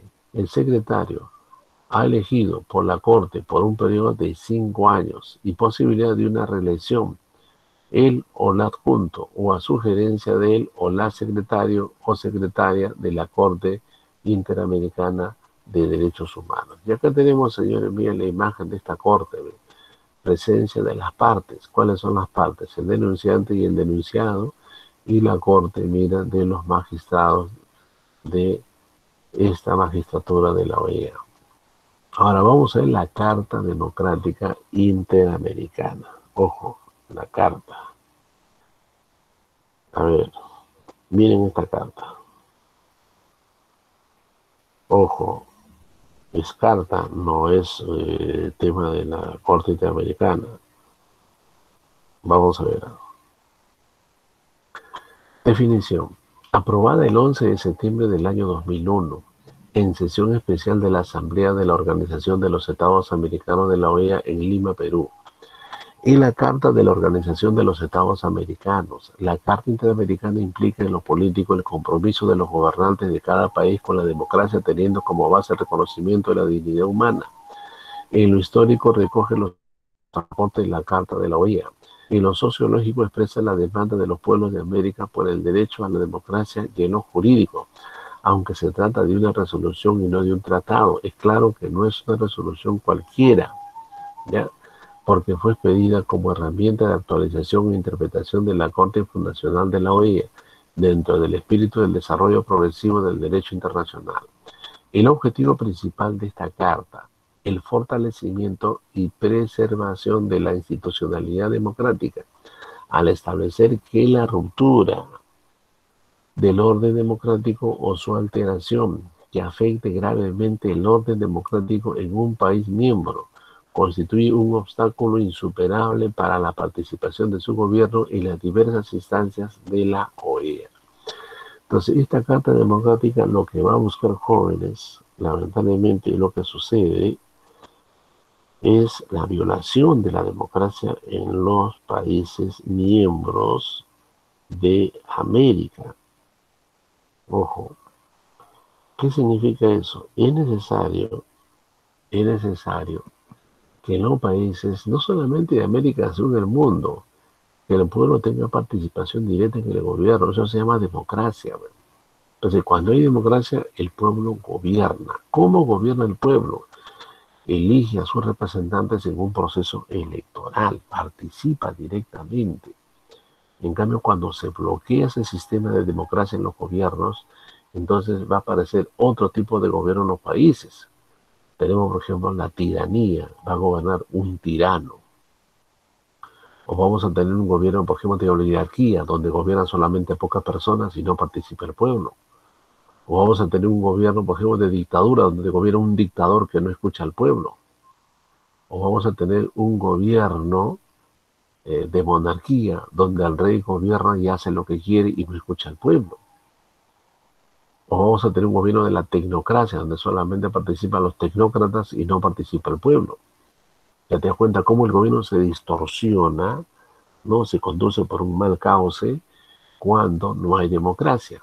Entonces, en América, mediante esta carta, garantiza la OEA un gobierno democrático, que el pueblo participa, que el pueblo se manifieste, que el pueblo sea escuchado, que el pueblo decida mediante su voto, que el pueblo apruebe una nueva constitución. Eso defiende la Carta Democrática Interamericana. Bien, pasamos a la siguiente diapositiva y tenemos a ver la Carta Democrática y tenemos a manera de resumen. El artículo 7 dice que la democracia es indispensable para el ejercicio efectivo de las libertades fundamentales y los derechos humanos. Eso dice el artículo 7 de esta Carta Democrática Interamericana. Bien, el Tribunal Internacional de Justicia. A ver, jóvenes, este Tribunal Internacional de Justicia. La Corte Internacional de Justicia es el principal órgano judicial de la Organización de las Naciones Unidas, tiene su sede en el Palacio de la Paz en La Haya, Países Bajos, y está encargada de decidir las controversias jurídicas entre los estados. También emite opiniones consultivas sobre cuestiones que pueden someterle órganos o instituciones especializadas de la ONU. Sus 15 magistrados, elegidos por la Asamblea General y el Consejo de Seguridad, cumplen sus mandatos de 9 años. Entre sus funciones principales sobresalen: procedimiento contencioso, resuelve por medio de sentencias las disputas que no sometan los estados. Procedimiento consultivo, a través del cual puede emitir dictámenes u opiniones consultivas para dar respuesta a cualquier cuestión jurídica que sea planteada por la Asamblea General o el Consejo de Seguridad. Estamos claros que este Tribunal Internacional de Justicia es la Corte de la Haya. Este Tribunal de Justicia es un órgano de las Naciones Unidas. Y precisamente este tribunal ha dirimido el diferendo marítimo que hemos tenido con Chile.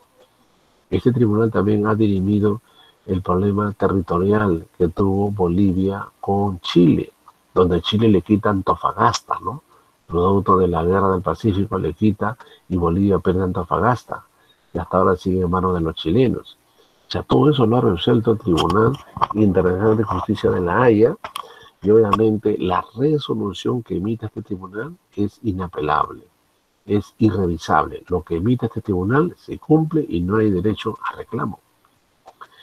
Y miren, acá está el tribunal. Mira, este es el palacio, un palacio donde está el Tribunal de Justicia de La Haya. Pues esta Corte Internacional de Justicia es el principal órgano de judicial de la Organización de las Naciones Unidas. Tiene dos funciones primordiales esta Corte. Función contenciosa, la solución de las controversias legales que puedan surgir entre los distintos estados.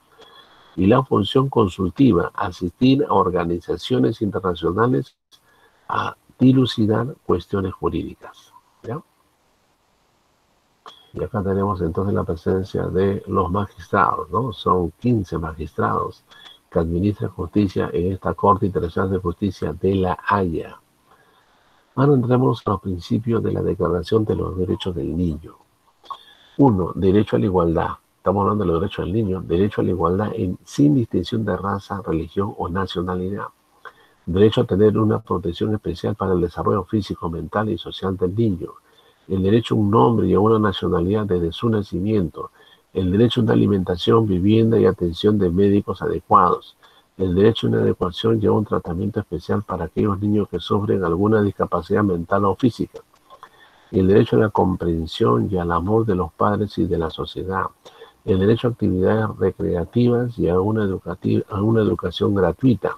El derecho a estar entre primeros en recibir ayuda en cualquier circunstancia. El derecho a la protección contra cualquier forma de abandono, crueldad y explotación. El derecho a ser criado con un espíritu de comprensión, tolerancia, amistad entre los pueblos y hermandad universal. Mira, son derechos, son principios, los 10 derechos fundamentales del niño a nivel universal, no solamente para peruanos, sino para todo el mundo. Y acá tenemos de manera más ilustrativa los derechos de todos los niños, ¿no? A la igualdad, a la protección, a su identidad, derecho a la salud, a la educación y al juego, al socorro, a cuidados especiales, no abandono ni explotación, derecho a la familia social del niño, y también el niño debe de formarse en valores para que tenga personalidad, porque el niño se va desarrollando, va a tener personalidad, va a tener criterio, va a tener su propio pensamiento, y eso le va a permitir desarrollarse al niño. Y acá tenemos Declaración de los Niños, de los Derechos del Niño, aprobación, Asamblea General de las Naciones Unidas, 20 de noviembre del año de 1959. Por ejemplo, esta fecha fue pregunta de examen de conocimiento varias veces, ¿ah? En el curso de cívica, esta fue pregunta. Reitero, ¿en qué fecha se proclamó la Declaración Universal de los Derechos del Niño? 20 de noviembre de 1959, por la Asamblea General de las Naciones Unidas. Muy bien. Y acá tenemos los niños, ¿no? En la foto de los niños, ¿te das cuenta? Los niños también tienen su persona, tienen su personalidad. Y finalmente tenemos estas palabras célebres del tema, que dice: los niños merecen el derecho de pensar que pueden cambiar el mundo. ¿Por qué? Porque los niños son el futuro, pues son el futuro del Perú y del mundo. Ellos son los que van a gobernar en el futuro, ellos son los que van a decidir después. Por eso desde ahora ellos tienen derecho de pensar, ¿no? Con esos pensamientos desarrollados en el futuro van a gobernar el mundo los niños. En el futuro van a ser los futuros ciudadanos, ¿no? Futuros alcaldes, regidores, gobernadores, presidentes, congresistas. ¿Qué futuro no le va a deparar a los niños cuando sean grandes? Eso nos dice esta señora con su palabra célebre. Los niños merecen el derecho de pensar que pueden cambiar el mundo. Bien, ahora tenemos la batería de preguntas. A ver, jóvenes, ¿alcanzará tiempo? ¿Qué dicen? ¿Están con tiempo o no? ¿O no tienen tiempo? ¿Ya? A ver. ¿Están, no? ¿O no están? A ver, atención. Atención. Vamos a marcar las respuestas. Ya, atentos, ¿no? ¿No están atentos? ¿Ya? ¿Listos? ¿Operativos? Vamos a hacer una intervención. Todos estamos listos con el grupo de comando, ¿no? Ya, ahí están las preguntas, jóvenes, ¿eh? Ahí están las preguntas. Sí, bro. Ya, a ver, quiero ver su marcaje. A ver, vayan marcando, tentando cuál es la respuesta. Ahí tienen en pantalla. Marquen unos segundos. No se logra ver bien.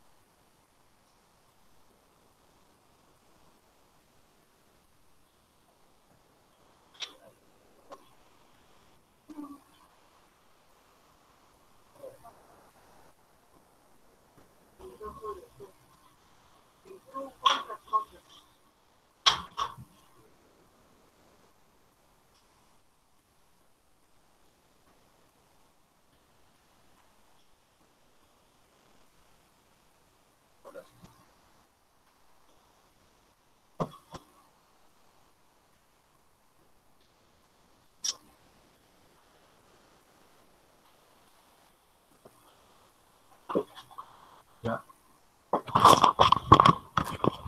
¿Han marcado o no? Pucha, no están marcando estos tigres, ¿ah? ¿Qué pasa? Tiene que ser operativo, estamos interviniendo. Estamos haciendo una intervención, de una vez, ¿sí o no? ¿Marcamos o no marcamos? No se visualiza muy bien, profesor. Ah, no se visualiza, pucha. Vamos a ver. Vamos a ver. Uy, se ha agrandado demasiado, ¿no? Ahí. Ahí un poquito más. Ay, se me agrandó demasiado. Ya, ahí, ya está más grande, ya. Está bien grande ahí. A ver si pueden ver o no. Sí, ahí se puede ver. A ver, muy bien. A ver, marquen. Quiero ver cómo están entendiendo para acertar con las respuestas. Bien, me quedan solamente 5 minutos. Voy a marcar entonces rápidamente, jóvenes. Ya se me va el tiempo. A ver, 1. Nadie será sometido a torturas ni a penas inhumanas o degradantes. Lo afirma la Declaración Universal de los Derechos Humanos. La A. Alternativa A. Muy bien. Así tienen que participar. Segunda pregunta. Me dice, el filósofo que señaló en la Grecia antigua que el hombre es un ser social por naturaleza fue Aristóteles. ¿Ya? Aristóteles. Están capturando la clave. Capturen la clave y después yo no voy a estar repitiendo. Y una vez te vayan marcando. Tercera pregunta, dice, la Convención de Derechos Humanos de San José de Costa Rica protege los siguientes derechos civiles y políticos: a la vida, la libertad personal y la indemnización. Indemnización significa la reparación civil de la víctima. ¿Ya? Vamos al cuarto, pasamos al cuarto, jóvenes. Listo, operativo. Queremos ver la Declaración Universal de los Derechos Humanos que fue aprobada en la Tercera Asamblea General de las Naciones Unidas, así incorporada como la ley al Estado peruano por acuerdo de la Asamblea Constituyente de 1979. Quinta pregunta, ¿la interdicción es aplicable a los individuos sancionados penalmente, por eso que pierden algunos derechos? No pierden todos los derechos, El que está purgando su condena en un penal, por ejemplo, no pierde el derecho a la vida. Puede perder el derecho a la libertad, pero no puede perder el derecho a la vida. Eso se llama el estado de interdicción, que es aplicable a los sancionados penalmente. Pero vamos a la sexta pregunta. Dice, el derecho fundamental, condición de otros derechos de la persona, es el derecho a la vida. Pues, porque si yo no tengo el derecho a la vida, no voy a disfrutar el resto de derechos. Pero todos los derechos dependen del derecho a la vida.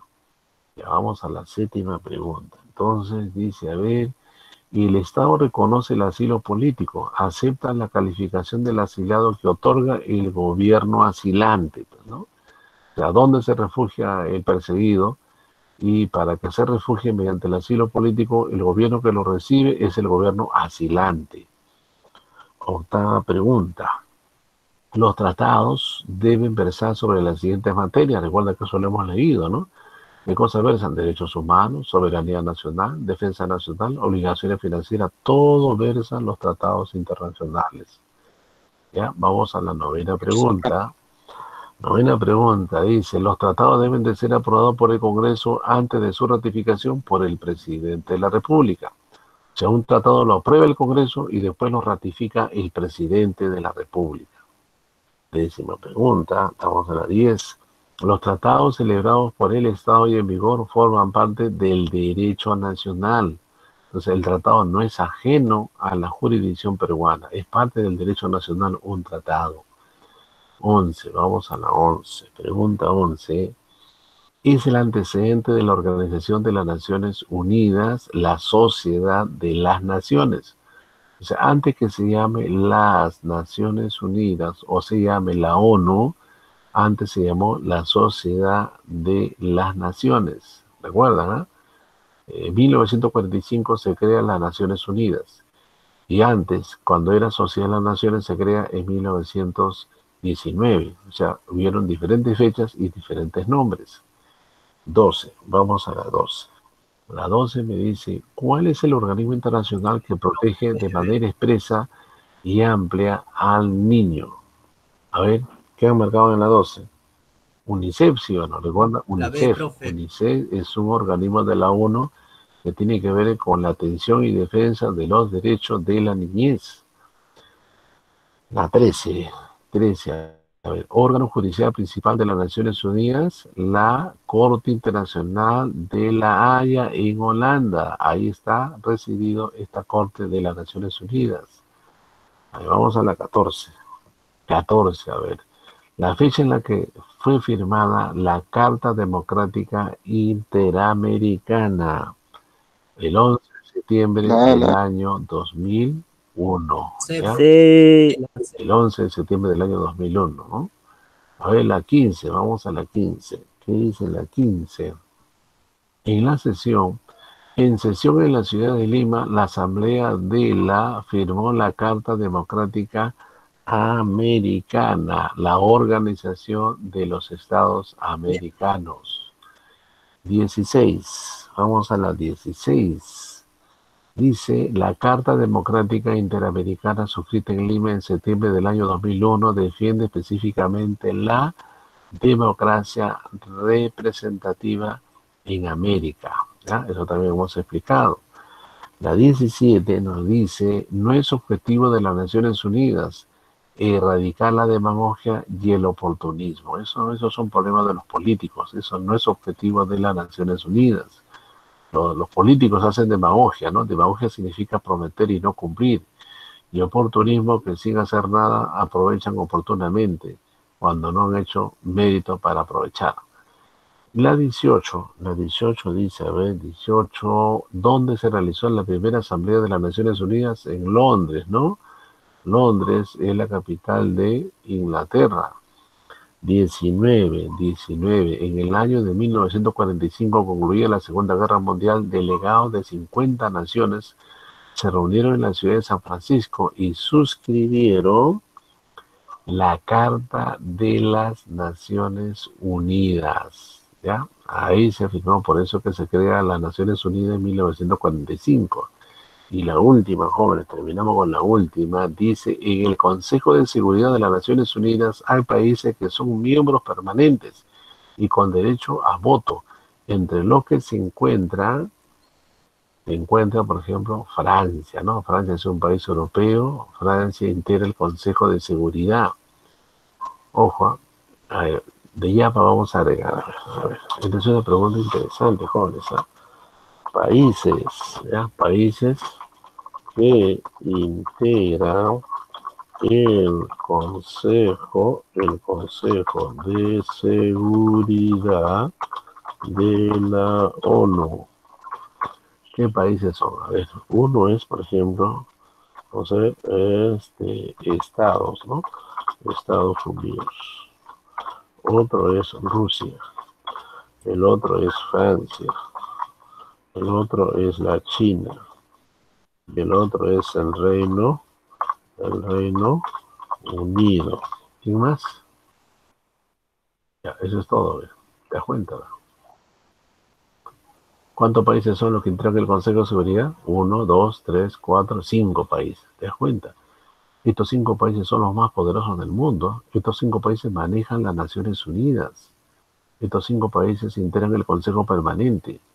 uno de ellos es Francia, pues, porque esa es la respuesta a la pregunta. La pregunta, ¿qué cosa dice? En el Consejo de Seguridad de las Naciones Unidas hay países que son miembros permanentes y con derecho a voto, entre los que se encuentra Francia. Acá está Francia. Desde estos 5 países no está pues Alemania, no está Canadá, no está Italia, no está Japón.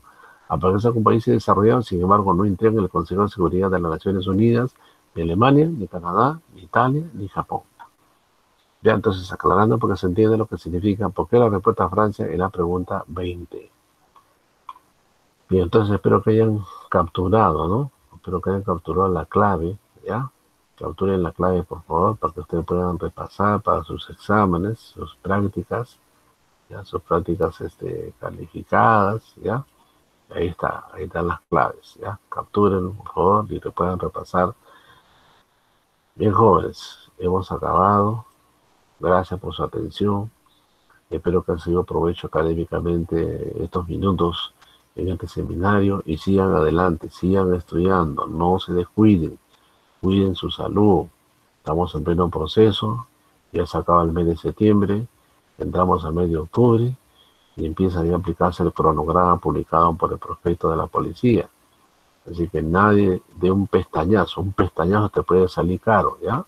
Una distracción te puede salir caro. Ya estamos montados en el caballo a cabalgar con el objetivo de ingresar a la escuela.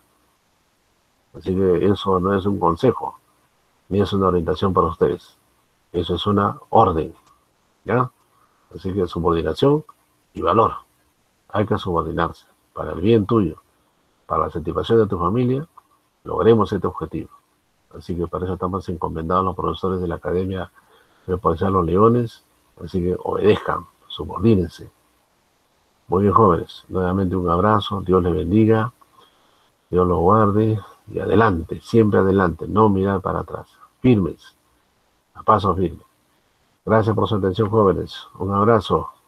Hasta la próxima semana. Así que... Gracias, profe, por la clase. Luego, profesor, gracias.